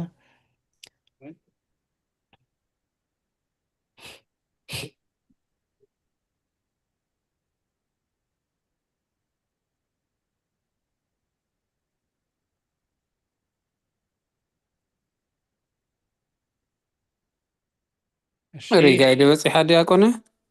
ኣባኸ እሺ ወንጌል ዮሐንስ 19 ቁፅሪ 30 ኢየሱስ ከዓ ነቲ መፂት ዝመልአ ምስ ጣዕመ ተፈጸመ በለ ርእሱ ኣድኒኑ ኣድነነ ነፍሱ እውን ወፀት ንሳ ጥራሕ እንዲያ ዲያቆነ ንሳ እሺ ኣማረ ዘነት መዝሙር ዳዊት 16:10 እሺ ንነፍሰይ ኣብ ሲኦል ኣይተሓድጋን ቅዱስካውን ጥፍኣት ክርኢ ኣይትፈቅድን ኢኻ እሞ ስለዚ ልበይ ይሕጎስ ክብረይ እልል ይብል ስጋይ እውን ኣብ ፅኑዕ ክሓድር እዩ ኣሜን ኣሜን ካልኦት ተስማዕልና ንሎሚ ከም ፈቃድ ኣምላኽ ኣብዚ ከኣኽለና እዩ ሃይማኖት ኣበው ናይ ቅዱስ ጎርጎርዮስ ምዕራፍ 60 ክፍሊ 1 ካብ ቁፅሪ 1 ክሳብ ቁፅሪ 29 ወይ ድማ መወዳእታ ናይዛ ምዕራፍ እያ ኣንቢብና ሎሚ ከም ፈቃድ ኣምላኽ ንሰላም መፅንሐና ኣብ ድቕፅል ምዕራፍ 61 ሓድሽ ምዕራፍ ክፍሊ 2 ናይ ቅዱስ ጎርጎርዮስ ኢና ክንቅፅል ንሎሚ ብዝከኣኽለናይ ክብርና ኣምላኽ ይኹን ሃራይ ካብዚ ብምቕፃል ከምቲ ልሙድ ካብ ጉባኤ መዝሙር ክህልወናይ ዝተዳለኹም እንተሃሊኹም ብፍላይ ዘሚርኩም ደይትፈልጡ ቀዳምነት ንዓኹም መዝሙር ካብ ጉባኤ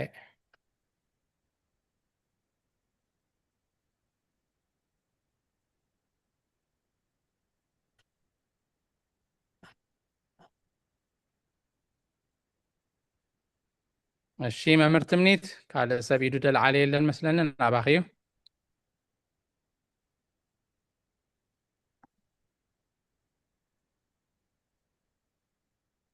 ካልእ ዝዝምር ተዘይሃሊስ ክዝምር ኢለ ዳቃኹ እዋ ናባኺ እዩ ካልእ ደልዓለ የለን ድምፂ እውን ኣይሰማዓኩም ፈቃድ ማሕበር እዩ ማለት እዩ እሺ በስመ አብ ወወልድን መንፈስ ቅዱስን ሓደ ኣምላኽ ኣሜን من الله ما خاطر كان فعل أملاك كذا مرة يبتلس كم زبوني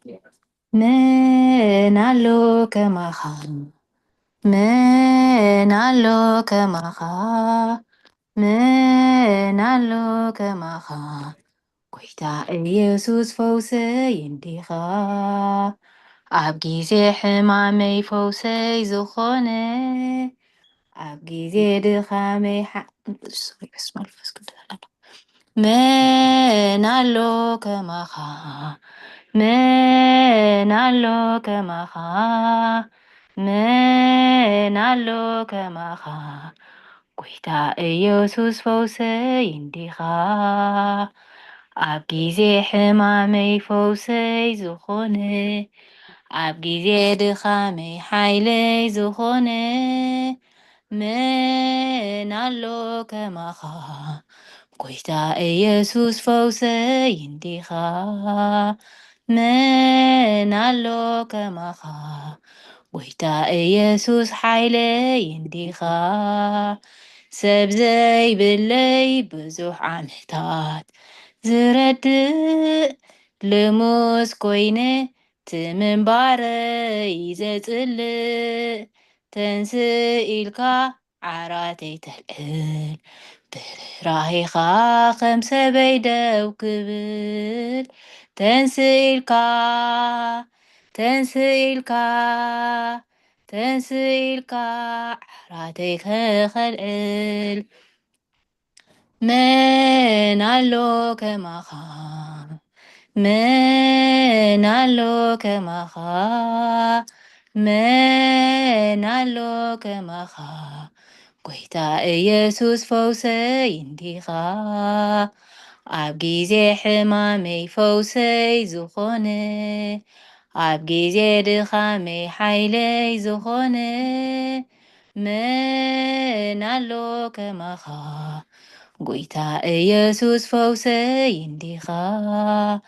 መን ኣሎ ከማኻ ጎይታ ኢየሱስ ሓይለይ እንዲኻ ጾርዛ ዓለም ምሒር ከቢዱ ከይደክም ፎኪስ ኣርዑት ናይ ፍቕርኻ ክስከም ፀዊዕካኒ ፍጹም ከዕርፍ ብህያው ቃልካ ዘለኣለም ዘይዕፅፍ ፀዊዕኻኒ ፀዊዕኻኒ ፀዊዕኻኒ ፍጹም ንኸዕርፍ መን ኣሎ ከማኻ መን ኣሎ ከማኻ መን ኣሎ ከማኻ ጎይታ ኢየሱስ ፈውሰይ እንዲኻ ኣብ ግዜ ሕማመይ ፈውሰይ ዝኾነ ኣብ ግዜ ድኻመይ ሓይለይ ዝኾነ መን ኣሎ ከማኻ ጎይታ ኢየሱስ ፈውሰይ እንዲኻ መን ኣሎ ከማኻ ጎይታ ኢየሱስ ሓይለይ እንዲኻ ድኻም ስጋ ብተኣምራት ተበርትዕ ድኻም ነፍሲ ብትምህርትኻ ትረትዕ ፈውሲ ኢኻ መድሓኒ ስምካ ወርትክ ፀዊዐ ጎይታይ ዘይፀግበካ ፈውሲ ኢኻ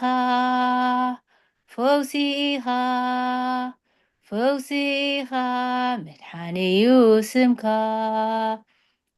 መን ኣሎ ከማኻ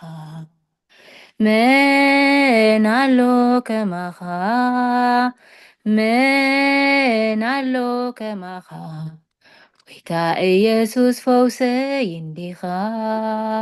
ኣብ ግዜ ሕማመይ ፈውሰይ ዝኾነ ኣብ ግዜ ድኻመይ ሓይለይ ዝኾነ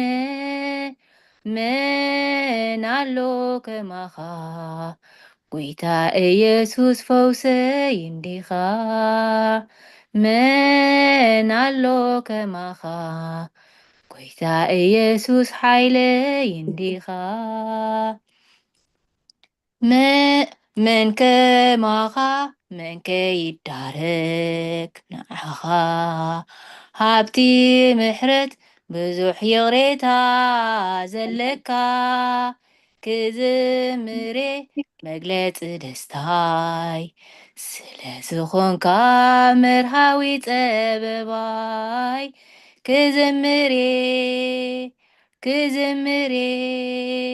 ክዝምሬ መግለፂ ሓጎሰይ ክዝምሬ ክዝምሬ ክዝምሬ መግለፂ ሓጎሰይ መን ኣሎ ከማኻ መን ኣሎ ከማኻ መን ኣሎ ከማኻ ጎይታ ኢየሱስ ፈውሰይ እንዲኻ ኣብ ግዜ ሕማመይ ፈውሰይ ዝኾነ ኣብ ግዜ ድኻመይ ሓይለይ ዝኾነ መን ኣሎ ከማኻ ጎይታ ኢየሱስ ፈውሰይ እንዲኻ መን ኣሎ ከማኻ ጎይታ ኢየሱስ ሓይለይ እንዲኻ ስለ መዝሙሩ እግዚአብሔር ይኽበር ይመስገን። ስለ ዝተዋሃበኒ ዕድል የመስግን። ኣገልግሎት ከባርኽ ዲያቆን ሓዊ ናብ ዝለዓለ ስሜት ገነት ይብፅሕካ። ቴንክ ዩ ዝማሬ ምላኽ ስማዓልና መምህር ትምኒት ብጣዕሚ ጥዕምቲ ደስ ትብል መዝሙር ንሰምዕ ፀኒሕና። እግዚአብሔር ኣገልግሎት ይባርኽ። መን ኣሎ ከማኻ ጎይታ ኢየሱስ ፈውሰይ እንዲኻ ኣብ ግዜ ሕማመይ ፈውሰይ ዝኾነ ኣብ ግዜ ድኻመይ ሓይለይ ዝኾነ መን ኣሎ ከማኻ ጎይታ ኢየሱስ ፈውሰይ እንዲኻ መን ኣሎ ከማኻ ጎይታ ኢየሱስ ሓይለይ እንዲኻ ብምባል ኣብነት ካብቶም ብሓይሊ ብስም ብቃል ጎይታ ኢየሱስ ክርስቶስ ዝተፈወሱ ዝተገብረሎም ውዕለት ኣብቲ ትሕሶ ናይቲ መዝሙር ክንሰምዖ ፀኒሕና ስም ኣምላኽ ቃል ኣምላኽ ጎይታ ኢየሱስ ክርስቶስ ፈውስና ምዃኑ መዕረፊና መናገፊና ምዃኑ ስለዚ ድማ ከየቋረፅና ደጋጊምና ከነመስግኖ ክንዝምረሉ ከም ዝግባእ ሰፊሕ መልእኽቲ ዘለዋ መዝሙር ኢና ክንሰምዕ ፀኒሕና ደጊመ ዝማሬ መላእኽቲ የስምዓልና ካብዚ ቀፂልና ካብ ጉባኤ ነዛ መዝሙር ብመሰረት መፅሓፍ ቅዱስ ጠቕስና ጠቐስና ከነስተንትና ናብ ጉባኤ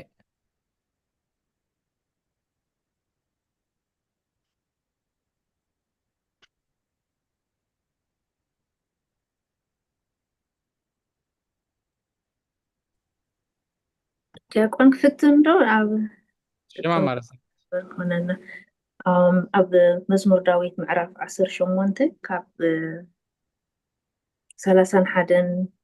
ከንብባ እየ ካብ 31 እስካዕ 35 ምናልባት ትኸውን እያ ብዘይ እግዚኣብሔር እሞ መን እዩ ኣምላኽ ብዘይ ኣምላኽ ከመን እዩ ከውሒ እቲ ሓይሊ ዘዕጥቐኒ ንመንገደይ ከዓ ዘቕንዐ ኣምላኸይ ንሱ ነጋረይ ናብ ምዕራብ ዝገበረን ኣብቲ በሪኽ ቦታ ዘቆመኒ ንሱ ንዕዳወይ ውግእ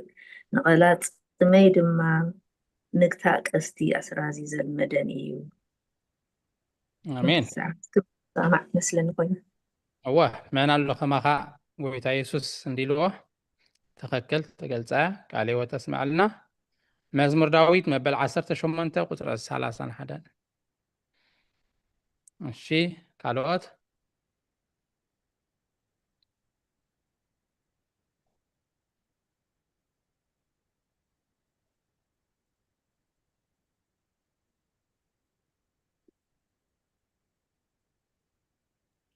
هيوتي እሺ ማማ ህይወታ ክልተ ኣለዋ ንሓንቲ ከም እታ ናይ መጀመርታት ሓንቲኻ ናይ መሕወይ ከም ዝኾነ ኢላ ክስታይ ዝገበረታ እንቲ ሓፍትና ኣሚን ትምኒት ሓፍትና ኦኬ እታ ሓንቲ ናይ ለትሚፖለ ድማ ዘፃኣት 15 معرف 15 26 በለ ድማ ድምፂ እግዚአብሔር ኣምላኽ ተጠንቂካ እንተ ሰማዕኻ እቲ ዓቢ እቲ ኣብ ዓይኑ ቅኑዕ ዝኾነ ከዓ እንተ ገበርካ ንትእዛዙ እውን ፂን እንተበልካ ኩሉ ሕግታቱ ድማ እንተ ሓሎኻ ኣነ እግዚአብሔር ፈውስኻ እየ እሞ ነቲ ናብ ግብፃውያን ሰደድኮ ሕማም ኣይሰደልካኒ እቲ ፈውሰዩ ሓንቲ ከምኡታት እታ መጀመርታ ዘበለታስ መሕወይ ፈውሰዩ ስለ ዝበለት ብኸምኣ ገይረ ንዓ ኣስተንቲነ እያ ማለት እዩ እታ ካልአይቲ ከዓኒ ናይ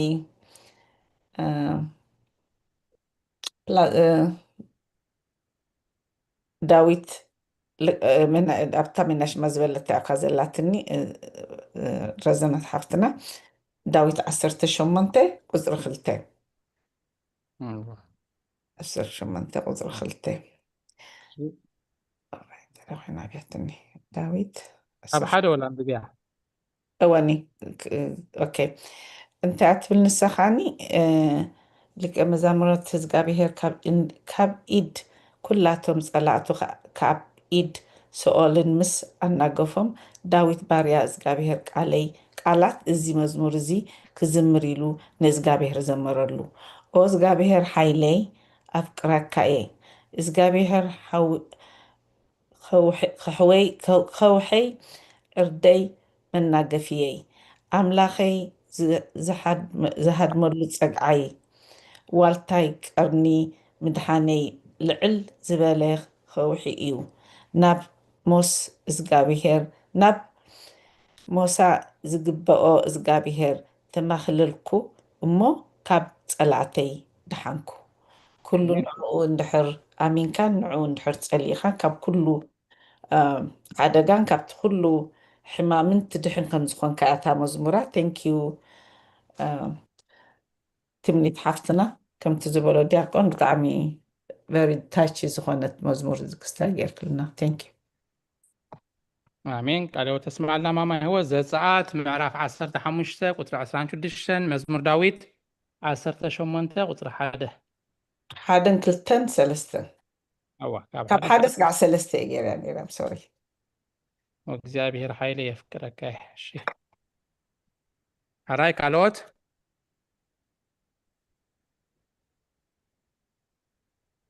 መን ኣሎ ከማኻ ኢሉ ብሎ ንጎይታ من على دعوة على حدا يلي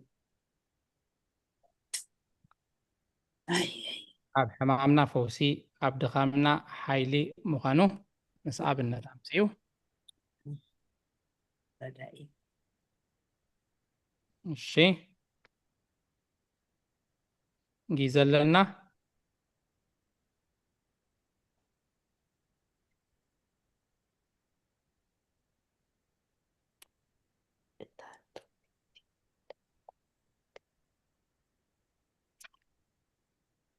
هراين بعد هنا أستنتون ناي مزمور تدري نابتا ሃይማኖት ኣበሉ ክንሰግር እንድተዳለኹም ተሃሊኹም ወይ ጠቕሲ ደለድሓስኩም ሓንላክኒ ዲያቆኖ እሺ ኣብታ ናይ ስቲል ናይታ መዝሙርሲ ፍውሰና ከም ዝኾነ ኣብ ናይ ጀርማይ 30 ምዕራፍ 30 17 እታ ድርቢቲ ሓደ እኳ انتهت مصحف ኤርምያስ እሺ ኤርምያስ 30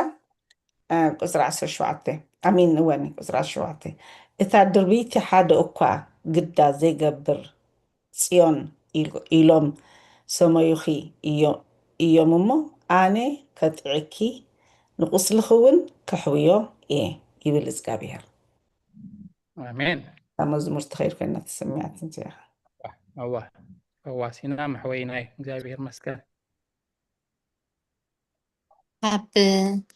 መጽሓፍ ዳዊት ካ ኣብ መጽሓፍ እዮም ምዕራፍ 42 ቁጥሪ 1-2 ሽዑ ኢዮብ ንእግዚአብሔር ከምዚ ኢሉ መለሰሉ ኩሉ ከም እትኽእልን ነቲ ዝመደብካ ከዓ ዝኽልክለካ ከምዘይልቦን እፈልጥ ኣለኹ ኣሜን ዋ ኩሉ ይኽእል ይፍውስ ሓይሊ ይህብ زيها قلت تبلا نخلها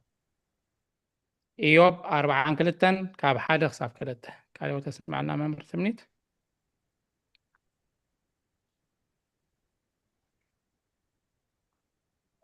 الشي بالتدالنا تهلينا كي كل فوقكم انتي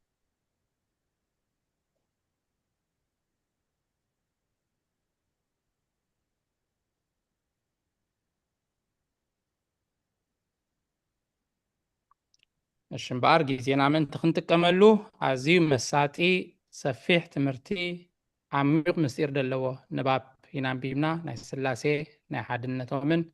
ناي سلسن تومن كافتوم عبيتي عبوتات قدس غورغوريوس دصحافو ينام بيبنا مقدنيوس اتي كحادي اب هاجر قسطنطينيا دحر سدت ناتو دتتصحفي قدس غورغوريوس دتصحافو እና ካብ ቁጥሪ 1 ክሳብ ቁጥሪ 29 እታ ምዕራፍ 60 ብምልእታ ወዲና እግዚአብሔር መስገን ብዛዕባኡ ከነስተንትን ቁጥሪ ክንዲዚኣ ኣውፅለይ ቁጥሪ ክንዲዚኣ ኣርኤኒ በሉኒ ወላዳም በብኩም ሕጂ ሓሳብ ክትቡ ትኽእሉ ኢኹም ናባኹም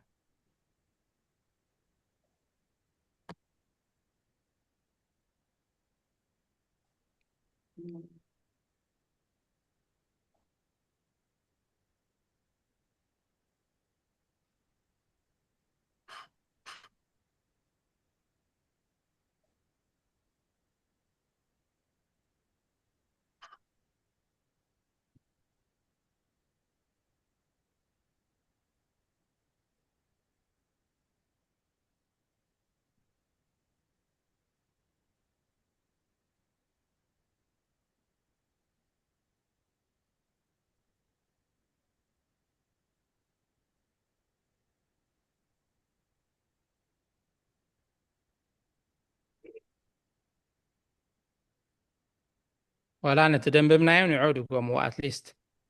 دام بكم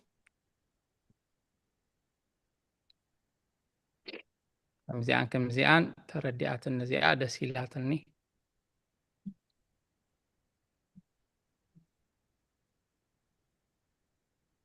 جزي لنا قنايو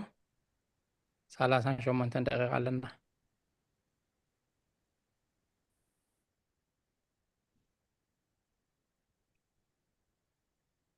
ولا حافظ شاون تغلل عبيلنا لومي كم ترديه بزعبا سلاسي بزعبا أبن ولدن منفس قدسن بزعبا تواهدو ملكوت بزعبا سب مخان إذا ترديه إلنا ون حافظ شاوي كم زعستوعي لومي 5 تماهير خنبلون نخيل لنا عند هرت التقسيم قطرن متكاس نشجرنا خوينو حافظ شاوي لو مس كم زيادة تردي خم زيادة حيزة كنا بالنغلينا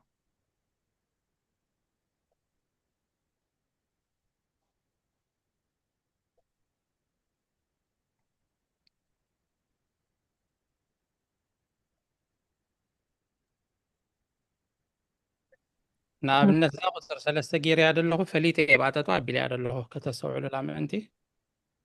وزحت مرسلات تازا أقصر سلسة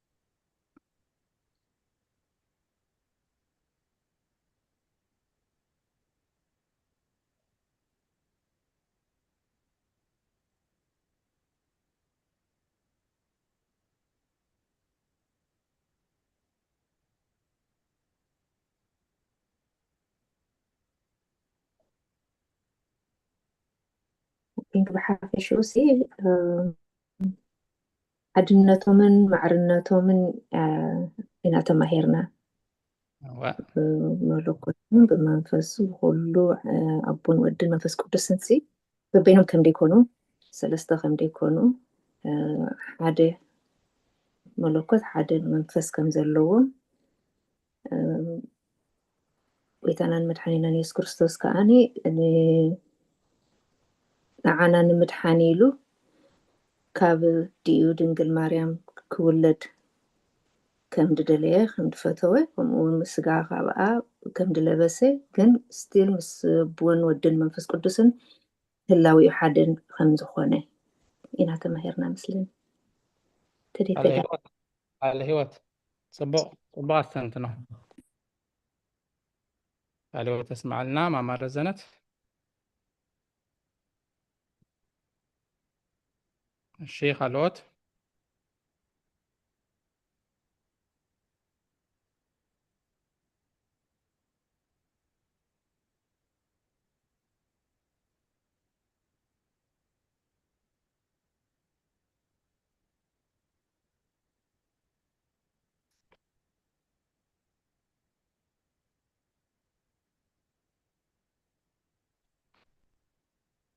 الشيء مزاغطر 3 سنة رأيا من نغاح تكون الناس قابلنا أبو ناي أبو نتسمع لوه ولد خاء كاب أبو خينا أسه ناي ولد نتسمع لوه منفس قدس دما بملكوتو كاب أبن كاب ولدن كينا أسه منفس قدس دبل سمع لوه أب عين بلونينا ولد غا عين بلونينا منفس قدس سلازي أبو أبيو ولديو منفس قدس كا منفس قدسي بملكوت أي بلالو صنيم بهلاوي ملكوت حدا يوم سموم جين نناتهم سمع اللوا نأب ولد ومنفس قدس عين بلونينا نولد غا أب عين بلو منفس قدس عين بلو منفس قدس كا أب عين بلونينا ولد غا عين بلونينا سلازي بسم سلسته يوم أب ولد منفس قدس اتحاد غا أي وهابني أب مالت ولد مالت أكونن ولد مالت منفس قدس مالت أكونن من الباش كومو سبكت كتسمعوا تخليهم أب مالت ولد مالتي ولد مالت منفس قدس مالتي أنا بإذن يسدد سمعوا كي مالتي زي مصحف كنت تبللا ناي قدسانا بوتاتنا قدس كوركوريس بصحافه نناتهم سمع اللوا ካብ ማዓርጊን እቲ ሓደ ካብቲ ሓደ ኣይጎድልኒ ብመለኮት ከዓ እቲ ሓደ ካብቲ ሓደ ኣይንእስኒ ብጥንትነት እውን ብቅድምና ከዓ ማዓረ እዮም ምክንያቱ ብመለኮት ሓደ ስለ ዝኾኑ እቲ ህላዊ መለኮት ድማ መጀመርታን መወዳእታን ደይብሉ ስለ ዝኾነ ብህላውነት ወይ ብጥንትነት ከዓ ሓደ እዮም ስለዚ ኣብዛ ቁጥሪ 3 እዚኣ ንሓዛ ንኣብ ወልዲ ንብሎን ኢና ብፍጹም ንወልዲ ከዓ ኣባይ ንብሎን ኢና መንፈስ ቅዱስ ኣይንብሎን ኢና ንመንፈስ ድማ ኣብ ኢልና ንፅውዖን ኢና ስርሖም በበይን እዩ ስሞም በበይን እዩ ወልዲ ተወሊዱ ወልዲ ስጋ ለቢሱ ወልዲ ኣብ መስቀል ሞይቱ ኣብ ተሰቂሉ ኣብ ተወሊዱ ኣብ ሞይቱ ኣይንብልን ኢና መንፈስ ቅዱስ ሞይቱ መንፈስ ቅዱስ ተሰቂሉ መንፈስ ቅዱስ ተወሊዱ ከዓ ኣይንብልን ኢና ስለዚ ኢና ከዓ ብስም ሰለስተ ንብሎም ብግብሪ ሰለስተ ንብሎም ነናቶም ስራሕ ኣለዎ ብህላዊ መለኮት ግን ኩሉ ግዜ ሓደ እዮም ማለት እዩ ኣይፈላለዩን እዮም ብስም ብግብሪ ብኣካል ከዓ ሰለስተ ኢና ንብል ኣብዛ ቁፅሪ 2 ምልስ ኢልኩም ተሪኢኹማ ኣካላት ግና ነፍሲ ወከፍ ኣካል በብገጹን ብመልክዑን ፍጹም እዩ ንኣብ ፍጹም ገጽ ፍጹም መልክዕ ፍጹም ኣካል ኣለዎ ንወልዲ ከምኡ ንመንፈስ ቅዱስ ከምኡ እሺ ካልእ ከነስተንትኖ ንደሊ ናባኹም ቁፅሪ ክንዚ ኣውፅፀለ ይበሉኒ ሕልፍ ሕልፍ ዳበልኩ ከሪአኩም እየ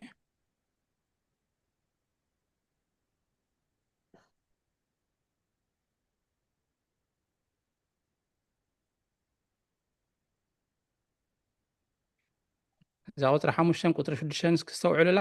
ደስ ትብል እያ ወላ ሕጂ እምቢብኩም ከምዚኣን ከምዚኣን እያ ትርጉማ ክትብሉ ትኽእሉ ኢኹም ደስ ብለኒ ምስ ጉባኤኹም ኢልና ንሳተፍ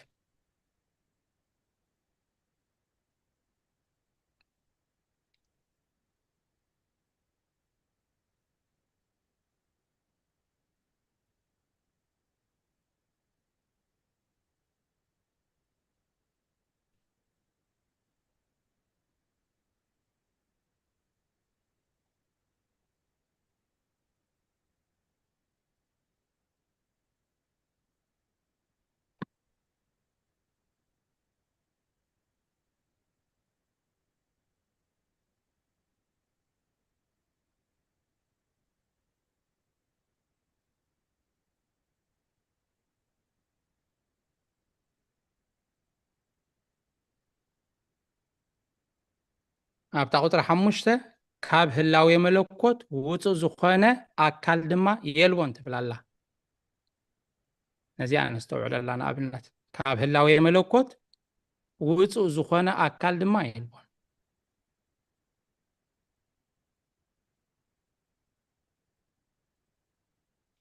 ወልዲ ምስ ስጋ ለቢሱ እዩ ካብ ድንግል ማርያም ተወሊዱ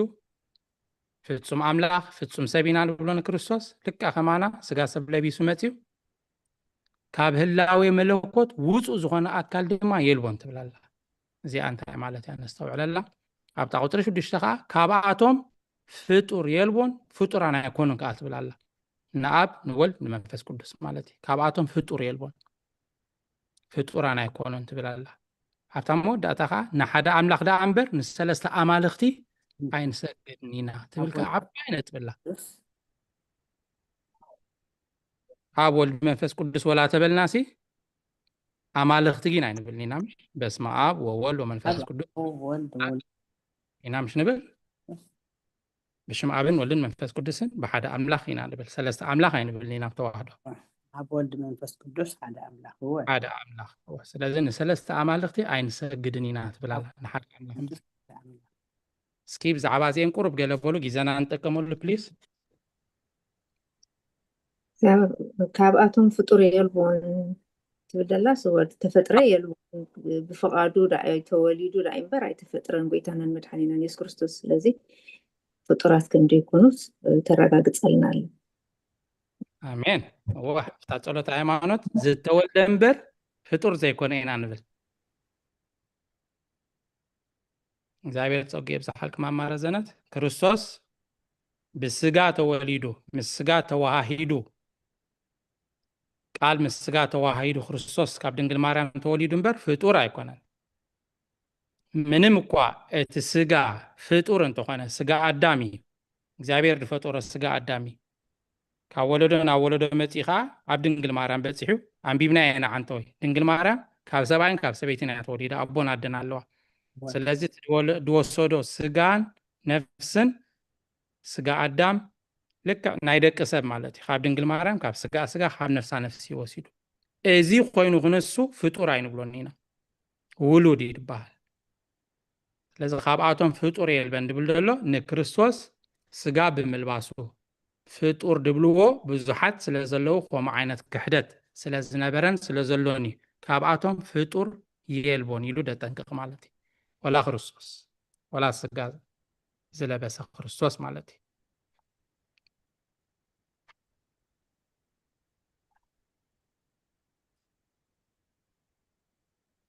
እሺ ሕልፍ ዳበልኩ እዛ ስክሪን ቀብለልኩም እየ ኣብታ ቁጥር 7 ብሰለስተ ስማት ንሰሚዮም ትብላላ ኣብ ወልድ መንፈስ ቅዱስ ግን ሓደ መለኮት ካኢሉ መሊሱ መለኮት ሓደ which is ሓደ ኣምላኽ ማለት እዩ ሓደ ልዑል ሓደ ትሑት ባህል ይብሎምን ብዘይ ነገር ሓድነት ማዓረዮም ምብለና ኣሎ በመለኮት ማዓረዮም ክርስቶስ ወላ ስጋ ይልበስ ማዓረይ ምስ ኣቦ ምስ መንፈስ ቅዱስ እቶም ዝበፅሕና ግን ኣብዛ ቁጥር 8 ሕቶ ኣላትኒ እሺ ነፍሲ ወከፍ ኣካላት ድማ ብገፁን ብመልክዑን ፍጹም እዩ ኣብ ኣቦ እዩ ውሉድ ድማ ውሉድ እዩ መንፈስ ቅዱስ እዩ ነፍሲ ወከፍ ካብ ኣካላት ካብ ህላዊኦም ኣብ ውሉድ መንፈስ ቅዱስ ናብ ምዃኖም ኣብዛ እንታይ ትረድእት ንሲ ብመልክዖም ፍጹም እዩ ሕጂ መንፈስ ቅዱስ ረቂቕ እዩ ናንብሎም ምሽ መልክዖም መልክዕ ኣለዎም ድዩ ወይታናን መድሓኒና ኢየሱስ ክርስቶስ ካብ ብስጋ ካብ ድንግል ወላዲት ኣምላኽ ስለተወልደ መልክዕ ሰብ ኣለዎ ረቂቕ ኣይኮነን ድዩ እዚኣ ክትረዳሃለይ ደለኹን ፅቡቅ ቁጥር 8 ከም ሕቶ ከቐምጣየ ክምልስዋ እዮም ኣቦታት ምናልባሽ ከዛ ካኽረክ ክሳብ ኣቦታት ድምልስዋ ግን ኣብ ርእስኻ ከተስተንትንያ ክትፀንሒ ኣብታ ምስጢረ ስላሴ መን ፈጠረና ስላሴ ንመን ከነኣምን ስላሴ ንብል ነርና ምሽ ዳቐሺ ዳርጋ ኩሉ ሰብኡ ስለ ዝሓለፈ ናይ ስላሴ ኣካል ኢሉ ረቂቕ ምዃኑ ይነግር እዩ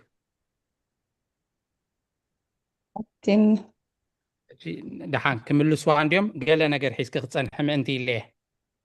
እዚኣ ትብላ ዘላ ኣብ ንእሽተይ ምስ ናይ መናሽማ ምስ ናይ ረዘነት ኢና ብኣካል እያ ትሓትት ዘላ እዛ ቁፅሪ እዚኣ ሓቂ ድያ ዋላ ተቀጊ هو بأكل تخيناس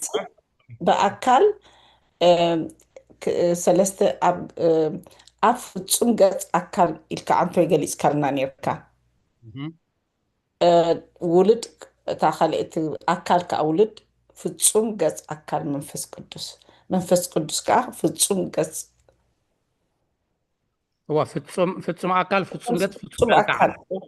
نعم نولد منفس قدس يا بأكل يا تقول زلا مثلا نستزيد تقول هو تفكر يا أوكي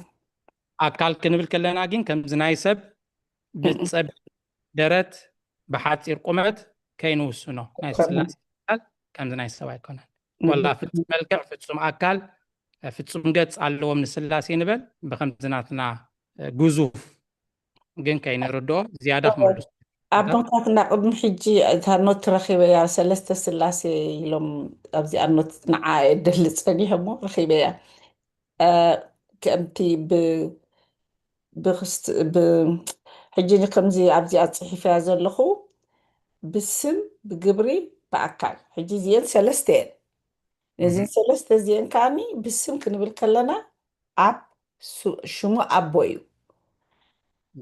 نتولد كاشمو ولوديو إذا أنا اسم مالتي بسم سلست يوم حدي أبغى الكلنا بسم اسم نربو أبويو شمو نولد كأولوديو ناي منفس قدس كمنفس قدسي إذا شمي مالتيو تحري جبر خايلو بجبر خا سلستين بجبري أبولادي ولاديو بجبري ولد تولاديو بجبري منفس قدس سراتي أستنفسي دحراي بمشمكا بأكلكا زعنتو يزبلنا يا حجي نتين بالسمن بجبرن كأني سلست يوم حد يوم تسم جبري بأكلكا سلست يوم حد يوم اتيانو تصحف كواعي زنب بازر لخ قدم حجبنا زمهرونا بسلطان بملكات بحيلي بهلونا زيوم كحد تخكل اوكي نص ساعة استاجيري عقات انا عقد جات نحسن في بياتا እሺ دحان تا ግዜ ከይንበል ዓመንቲ ሰግር ክምልሱ ዓመንቲ እቲ ግዜ ንዖም ክንህቦም اوكي ثانك እሺ ሕልፍ እብለልኩም ኣለኹ ክትዝክሩ ኢለ ነስተንትኖ ነገር ተሃልዩ ቁጥሪ 10 ቁጥሪ 11 በፂሕና ኣለና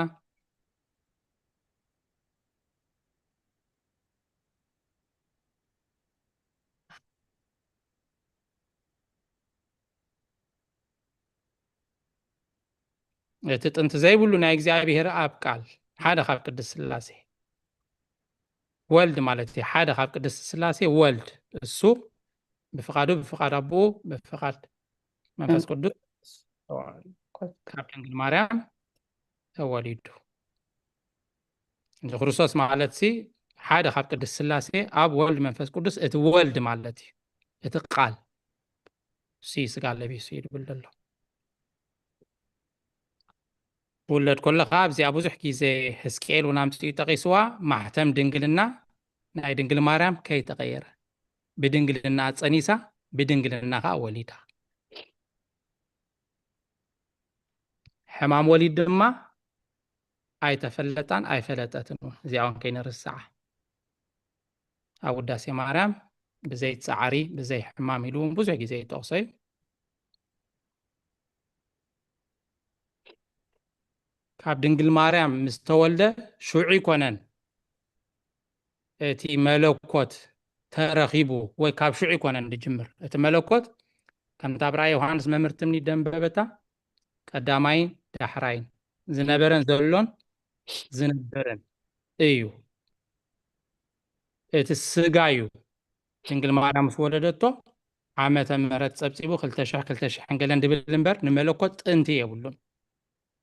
أجد ترى سبع كونة وليدة ملكوت زت توحدو أنت دايبول إيه وليدة يدبل الله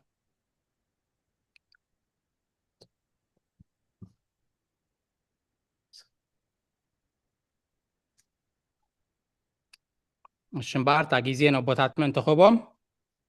دقيمنا بجزانا ببوينا عم تصحفت لنا الجنبار دخونا حساب أستنتنو تديبلكم أسرع دقيق سلة تعريف هذا الله نابو بوتاتنا خحلفكمي مجمرتا مدرخنا بمرقيت أخوبومي أبونا بملاك السلام إن كلام سؤالات كيرو محمود داتا منتي كزازمولنا مدرخنا بوبونا بمرقيتا حفشاو تمرتن أستنتنو نصمغن كقبرو لنا يوم نزا حتوونكم ولوسلنايم نعم تزارع باندبت نعنا دمما زستوعل إذن البونا يهبنا إكزابير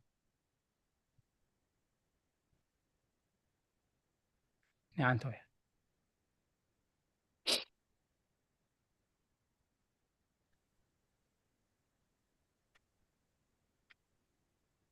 سلقلاتو እግዚአብሔር ዝተመስገነ ይሁን كلهم ህዝበ እግዚአብሔር ክሳብ ሰዓት ዝብዳሓነ ሰላም ዓቂቡ ዝቐነናዮ ሰሙነ ሱባኤ ናይ ጾመ ፍልሰታ ብድሓነ ሰላም ኣሰጋጊሩ ናብ ዝቅዱስ ግዜ እዚ ቅዱስ ዕላማ ክንራኸብ ዝፈቀደልና ልዑል ባህሪ ፈጣሪና ኣምላከ ቅዱሳን ናይ ባህሪ ምስጋና ይብፅሓዮ እቲ ግዜ ናይ ህዝቢ እዩ እታ ዘለና ሕቶ ዘስተንተናዮ በታ ሃብትና ረዘነት ዝሓተተታ ምዕራፍ 60 ቁፅሪ 8 حاونا دياكون محاري صبوغر ملي شوي موسى هنا يدلياني نفس وكف أكلات دماء بقصن بملكعون في السميع أبوئي ولد دماء ولديو منفس كدسون منفس كدسي زر استيحيز وزلو هم تتمأتو من البعد حريل ناز مسانا تلينا ነባብ የመለኮት ያትብሎኒ ቅዱስ ጎርጎርዮስ ዘእንዚናዙ ካልእ ጎርጎርዮስ እውን ስለ ዘለና ጎርጎርዮስ ዘእንዚናዙ ነባብ የመለኮት ትብል ብዛዕባ ናይ ቅድስ ስላሴ ሓድነትን ሰለስትነትን እዩ ዝገልጽ እዚ ናይ እግዚአብሔር ሓድነትን ሰለስትነትን ሕጂ ናይ እግዚአብሔር ሓድነትን ሰለስትነትን ዘይቀበሉ ብዙሓት እዮም መበገሲ እዩ ካበይ እዩ ሰባልዮስ ዝተባህለ ኣብ መበል ሳልሳይ ሚእቲ ዓመት ዝነበረ መናፍቕ ስላሴ ሓደ ገጽ ሓደ ኣካል እዮም ብዘበነ ብሉይ ኣብ ተባህለ ቃል ሰብ ኣብ ዝኾነሉ ዘመን ከዓ ወልድ ተባህለ ብዘመነ ሃዋርያት ከዓ መንፈስ ቅዱስ ተባህለ ብምባል ሰለስተ ኣካላት ኣብ ሓደ ኣምላኻዊ ህላዌ ዝተፈልጡ ክንሶም ናይ ቅድስቲ ስላሴ ሰለስትነት ዝኸሓደ እዩ ኣብ ምዕራፍ 19 ቁፅሪ 13 ብሰፊሕ ርኢናያ ነርና ስለዚ እዚ ምስ መፀ ቤተ ክርስቲያን ካብ ቃል እግዚአብሔር መሰረት ናይ እግዚአብሔር ሓድነትን ሰለስትነትን ምስ ገለጸት እግዚአብሔር ሰለስተን ሓደን እዩ ብምንታይ ሓደ ይኾኑ በባህሪ ብስልጣን ብፍቃድ በመለኮት በህላዌ በምንታይ ከሰለስተ ይኾኑ በስም በግብሪ በአካል ከም እምነት ኦርቶዶክስ መሰረትና ስለዝኾነ ብግቡእ ክንፈልጦ ስለዚ ስላሴ በምንታይ አም ሰለስተ ዝኾኑ በስም በግብሪ በአካል ተአካል ፍጹም ገጽ አለው ዝበለ ማለት በምንታይ ከሃደ ይኾኑ በባህሪ በስልጣን በፍቃድ በመለኮት በህላዌ ሓደ አምላኽ ስለዚ ሃውና ዲያቆን መሐር ገሊጽዎ እዩ ንስላሴ ፍጹም መልክዕ ኣለዎ ስላሴ ንሰብ ይመስሉ ወይ ከዓ ስላሴ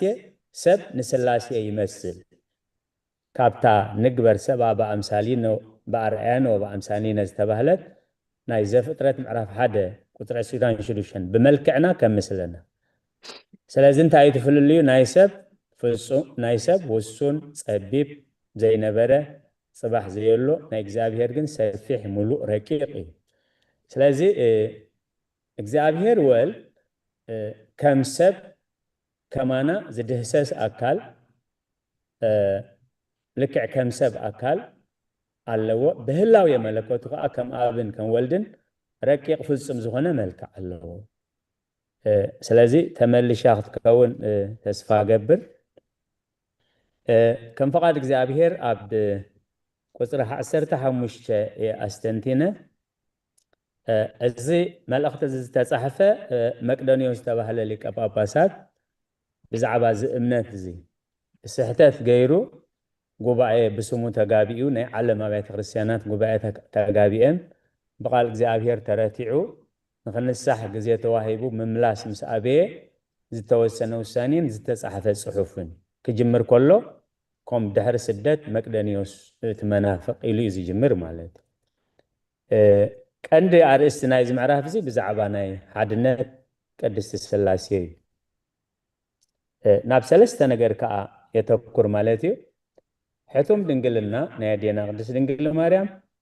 ሕቱም መቃብር ዝተሸጎረ ማዕጾ ወይ ዝተዓጽወ ገዛ እዩ እዚ ከዓ እቲ ቀንዲ ዕላማ መልእኽቲ እንታይ እዩ አዴና ቅድስት ድንግል ማርያም አደን ድንግልን ታ መንክር ሃለ ወሊዶታ ዘይትነገር ንብሎ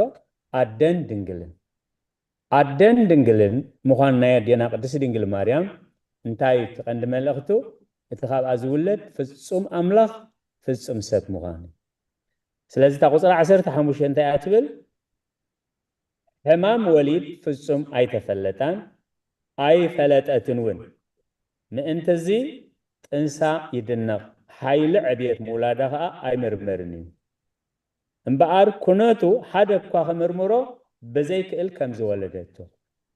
ስለዚ ብዛዕባ ናይ አዴና ቅድስት ድንግል ማርያምን ብዛዕባ ህላዌ ናይ እግዚአብሔር ወልድ በአምላኽነቱ ብፍጡር ክምርመር ስለዚ ቤተ ክርስቲያን መንክር ስብሃተ ልደቱ ሕማም ድንግልና ከዓ ኣይ ማሕተም ድንግልና ከዓ ኣይ ተለወጠን ስለዚ ኣብ ናይ ሰሉስ ውዳሴ ማርያም ምናልባት ኣብቶም ኣብ ንሪኦ ኣክሊለ ምክህነ ኢሉ ዝጅምር نتوم بقربا نريو من تخيد دناجر قصر حدا صلاة زوتنا مسبلنا وداس مريم ناي سولس مسبلنا قصر حدا أخليل تمكحتنا جماري دحنتنا مسرت دنجلنا مسرت نصحنا بدنجل مريم كنا مسبلة من أنت دحنتنا سب زخنا أكلاو قال زابير ولدت لنا برج سب كوينون تتولدون في السم أملاخ نساب بدنجلنا أفلا وليدات تأمو نايم ولاد حيلي كنجر زي كال عدنا غيوي سلق على تبزاجر استمسجنا هون أبوتات بتخريستيان كاب قدوس كيرلس كابتوم عسر تخلته الداسية زدالو إيو بزعبا زخدل شخلو بزعبا نيدينا قدس ننجل نايقويتانا مدحينان كريستوس أملاخنت أب قداسي قدوس كيرلس أب قدري يسعان كلتن كساب يسعان تشعاتن إذا قداسي بإذن بتقرينيان أبتي توحدو.org ألوخ كان نبغون خلينا مالتي قداسي قدوس كيرلس معرف قدري يسعان كلتن كساب يسعان تشعاتن مالتي كاهن إزبل دويلكم زلهم رئيسهم عدنونو مسبلة دياكون كواميلو مسعوجة رئيسنا عدنيننا مستخاهن كوينا نستنتنو أب مسودون مسمنفس قدوسن قدم ساعاتن علتن قدم أوارهن عمتاتن هلوي بهلاوي نتحاد خاب تحاد خلايو اتخلاي كاب سالسايو مقددام يلبون فتنة مبارقتي كندي فتنة كنف نسرخة كندي بزي مثل اللاي حاد يوم بزي متحواس كا حاد يوم بسلستنت هلوان يوم بحادنت كا زتة تحازيو بأكل معر يوم ببرهانن بسأدالن زمساسول يوم أب نودو علم كيف فترة خلو زولودو بعيوخ حقزو ايكونن هلونا منفس قدوس زغنون بالهاتن سرح نمو فاين ايكونن كاب اكزابير رابو بين ملادو تراي نزارت شعو هلونا فطران زي تراي سلزنبرة عد اي نبرتون كالاي دما كابتا بينا قوال داويد ود املاخ بينو بزي مدراو ابو كاب دنجل مولادون لدتون ننقر نزنتون ولد أب بملكوتو ولد مريم بتسبيتو كل التلدت بتواهدو خبره أبو سلزي نبرو بزي زر اسب فتصم سب نمخان زقود الليلون اقوادا كابتان بحتى دنجل زخونت فتصم سب كون نهوان كاب عصم قوانا أدام كثنقال كلا أدى سلزي بالله بحريانستي كم زي قودلان كم تنا أدام كا عصم قنو سلز تنغله كابتنا يقدم حنسا سقو زي قدولون كابون مريم نتبسغا أبو أدام زخنا ختوال دخلا محتم دنگلنا أي قتله كم تنا أدام عصم قنو خنق الكلو زي حمامو كمو خا نقلي لاوي تادا أملاخ حمام وليد أي رخبان سلقالاتو እግዚአብሔር ተመስገነ ይሁን በመንፈስ ቅዱስ ተመሪهم ናብትህ ላዊ ከመይሉ አዳም በዘይ አቦ በዘይ አደ ተፈጢሩ ካብ ጎኑ ዓጽሚ ኮጽ ሆሎኸ ስለምንታይ ዘይ ቀንዘዎ ስለምንታይ ዘይ ተፈለጦ ዓጽሚ ምስወጽ ካብ አካሉኸ ስለምንታይ ዘይ ጎዶሎ ንሄዋን ካብ አዳም በዘይ አደኽት ወለድ ኮላ ናይ አደነት ከም ዘይ ጎደላ ነዚ ሁሉ አነጻጺሩ نزمل أخت تزي أغميت أموي بقال እግዚአብሔር كنريئو خلنا أب وانجيل ماتيوس معرف 28 قصر خلته بزعبا حتم مقابر كجلز كله ملأخ እግዚአብሔር ካብ ሰማይ ወሪዱ ቅርብ ኢሉ ነትእምኒ ገልበጦ እተማዓጹ ተገዛ በመዓጹ ተሸጊሩ ነበር ፍጹም ስጋና ዝለበሰ ፍጹም ስጋና ዝለበሰ ጎኑ ወጉኡ ኸሪዮም ከሎ ግን ገዛ ተዓጺ ከሎ ከመይላአጅ ገጻ ትምቲ መቃብር ተዓጺ ከሎ ከመይሉ ተንሲ كاب سماي وريدو قربيلو نت امني قلبته كتسئ كله بحتم مقابر تنسي بحتم دنقلنا توليدو بحتم مقابر تنسيو تنانست نسكدا نتستسق لي خنت دليا زلخن ابزي مقابر كم زي له نعنا خريئ كنيلو كفيت يرين قويتا تسئ كله جن بحتم مقابر تنسيو دحري شمونتا معلتها تجازات عاصي تشبير غلو بعصو تجازا سلام نعهم يلو مساعتهم عاد سلازة تقصري عسرت حمشة حمام وليد في السماء تفلتان أي فلت أتنون لك كم تخط الناس كله زي تفلت أمانه ما أنت زيد إنسايد النار منكر هاي لوليدوتا زي يتنكري هاي لعديت مولادها أي مرمرني امبار إلو نا كريستوس مسيح كنوتو حدا قاخ مرمرو بزي كيل كمزي ولدتو محتم دنقل لنا خاء أي تلوتن سلقالاتو እግዚአብሔር ዝተመስገነ ይሁን እቶም ሕጂ ንጹር እምነት ክህልወና ለይትን መዓልትን ኣብ ቆረባብቲ ኣብ ኣውፅልት እንዳፀሓፉ ነዚ ንጹር ዝኾነ እምነትን ሰነዳትን ዘጽንሑልና ወለድና ኣሰሮም ይጥለል ኣሰሮም ክንስዕብ ከዓ ምሕረት እግዚአብሔር ኣምላኽናን ጸሎት ኩሎም ቅዳሳን ምስ ኩላህና ይኹን ስለዚ ተፈቅደለይ ከዓ ብልቢ የመስግን آمين قال وتسمع لنا هذا بمقصال نابونا بملأك السلام كحفكم حراي كبرنا مسجانا نملخ يكون حونا ديكون محري قال وتسمع لنا همونا بنا قال وتسمع لنا حفتنا تمنيت زماري ملاخت يسمع الله زمر اللي ينبركي تم كلنا ابزو قبائي زلنا دما نتتوهبنا تقسم من بابخون نتات زمرت مزمور مستقس سنينا تقستات من قارخون كمون كابزخون مهارزم سنة زنتنايين نخلنا زخون حطون نحتتكم نستنتنكم زمسخون كلهم زمن أقلقلتكم يبارخ جمر كلسي نابتناك استنتنيا مقدونيوس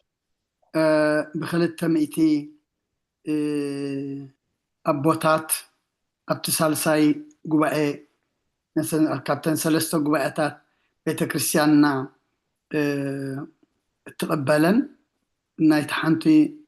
قبائي كباباس ناي كنستنتنيا زنبرة جن شعو كابيت كريستيان مملاس مسابية بوغزت تفلي بوئيو جميرو تي صحفوين قنياتسو ماريامسي ولادي السبنبر ولادي تأملخ أيكونتن سلا زبالئيو أبطاق أطري عصرت الشدشتة كل التتحازئي كله انت وهيلي إيجن قال خبل سلا زدولوخيه أبطاق أطري عصرت الشدشتة ملكوت زيت وهادو تراسب أي ولدتن إلو ملكوت زيت وهادو تراسب أي ولدتن تراسب كدحنا يكألني تراسب كوجو يكألني تراسب دما فوسحات يتكون أي كألن إيو إتي أدينا قدس رنجل زولدتو انتا إنا نبلو فتصم سب فتصم أملخ إنا نبلو جي نتي زولدتو ملكوت زتو هادو إيا وليدا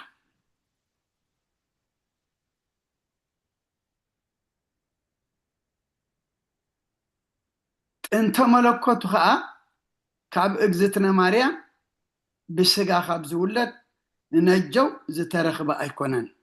زيادة ما خنطنقق دلنا اتي ملكوت جنا كريستوس بسقات تولدلو فرنجو قاصاصرا كلتشحن أسران حمشتن بلالنا بجيزا قاصاصرا دما كلتشحن 17 بلالنا إزي نتناي شقا لدت إيو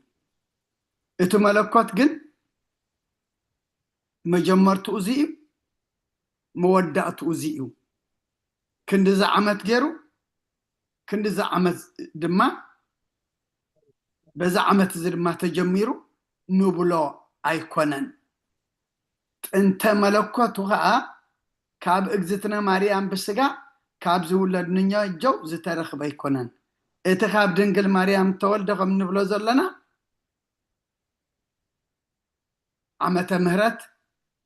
ورح فلينا نزاربينا نملكوت جنا كوم أيكونن أيكونن كما ينسو قدامين دحراين إلو دما ألفاني أمغان مجمرتان مودعتان إلو إتي رأي يوحنس مراف حدا قطر الشمانتون مستا تغسي أبيلي إمو كبري نعملاخ يخون نايب حقي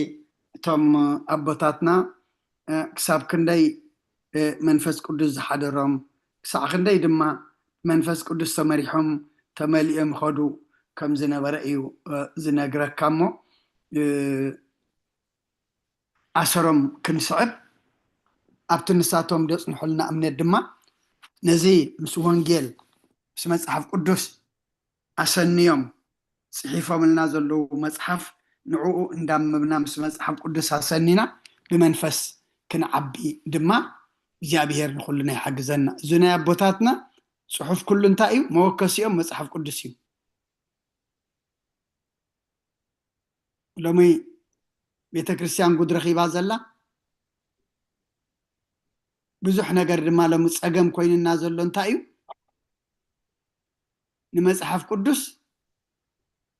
بخالق موكسي كاب كالا أمتينا إنا توكسنا كاب مصحف قدس وسيدنا إنا خنوكس زلا نمبر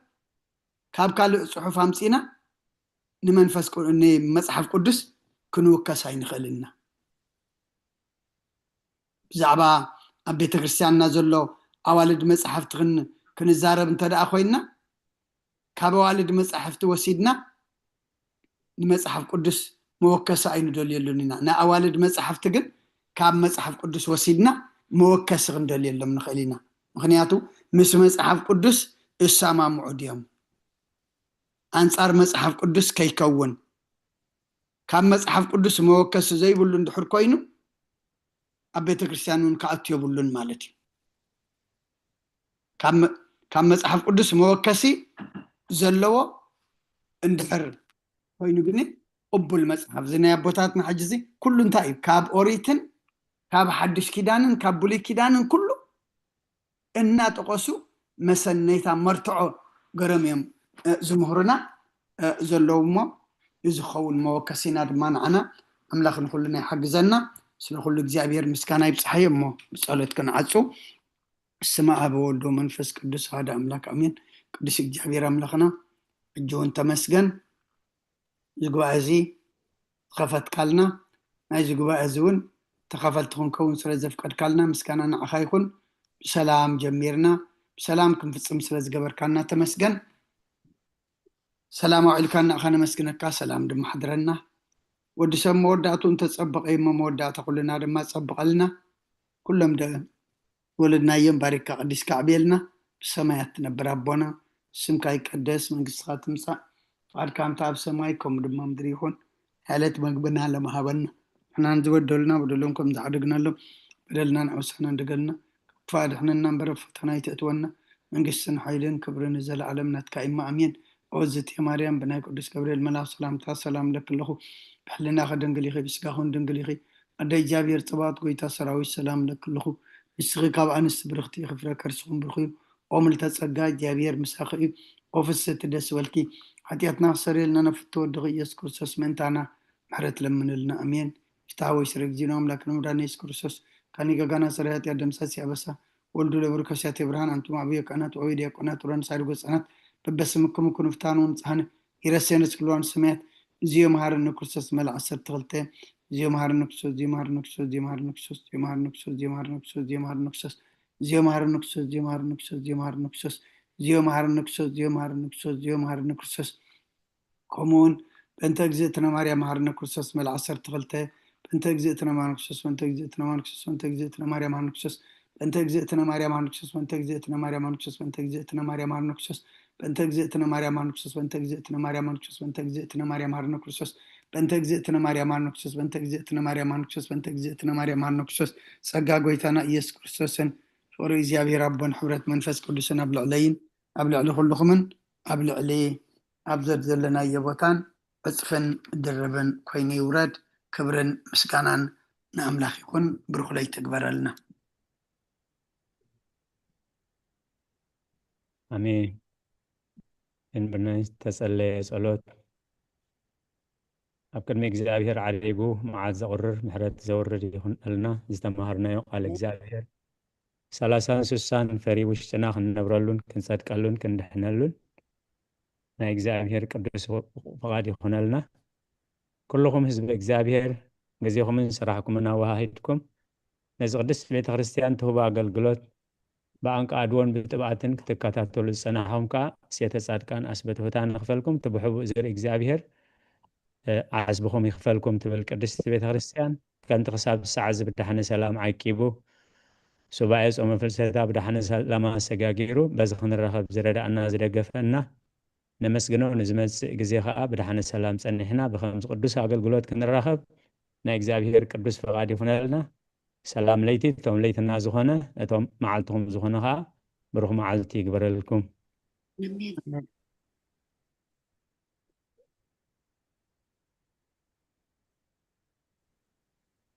ቃል ህይወት ይስማዓልና ብሩኽ ለይቲ አሜን። ንኩላህና ቃል ህይወት የስማዓልና።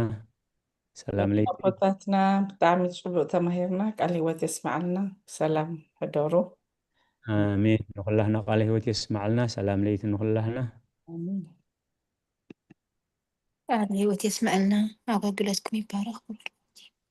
አሜን። ንኩላህና ቃል ህይወት የስማዓልና። አገልግሎት ኩላህና ይባርክ እግዚአብሔር። ኣምነት የተባረኸ ሰሙን ይግበረልና። አሜን።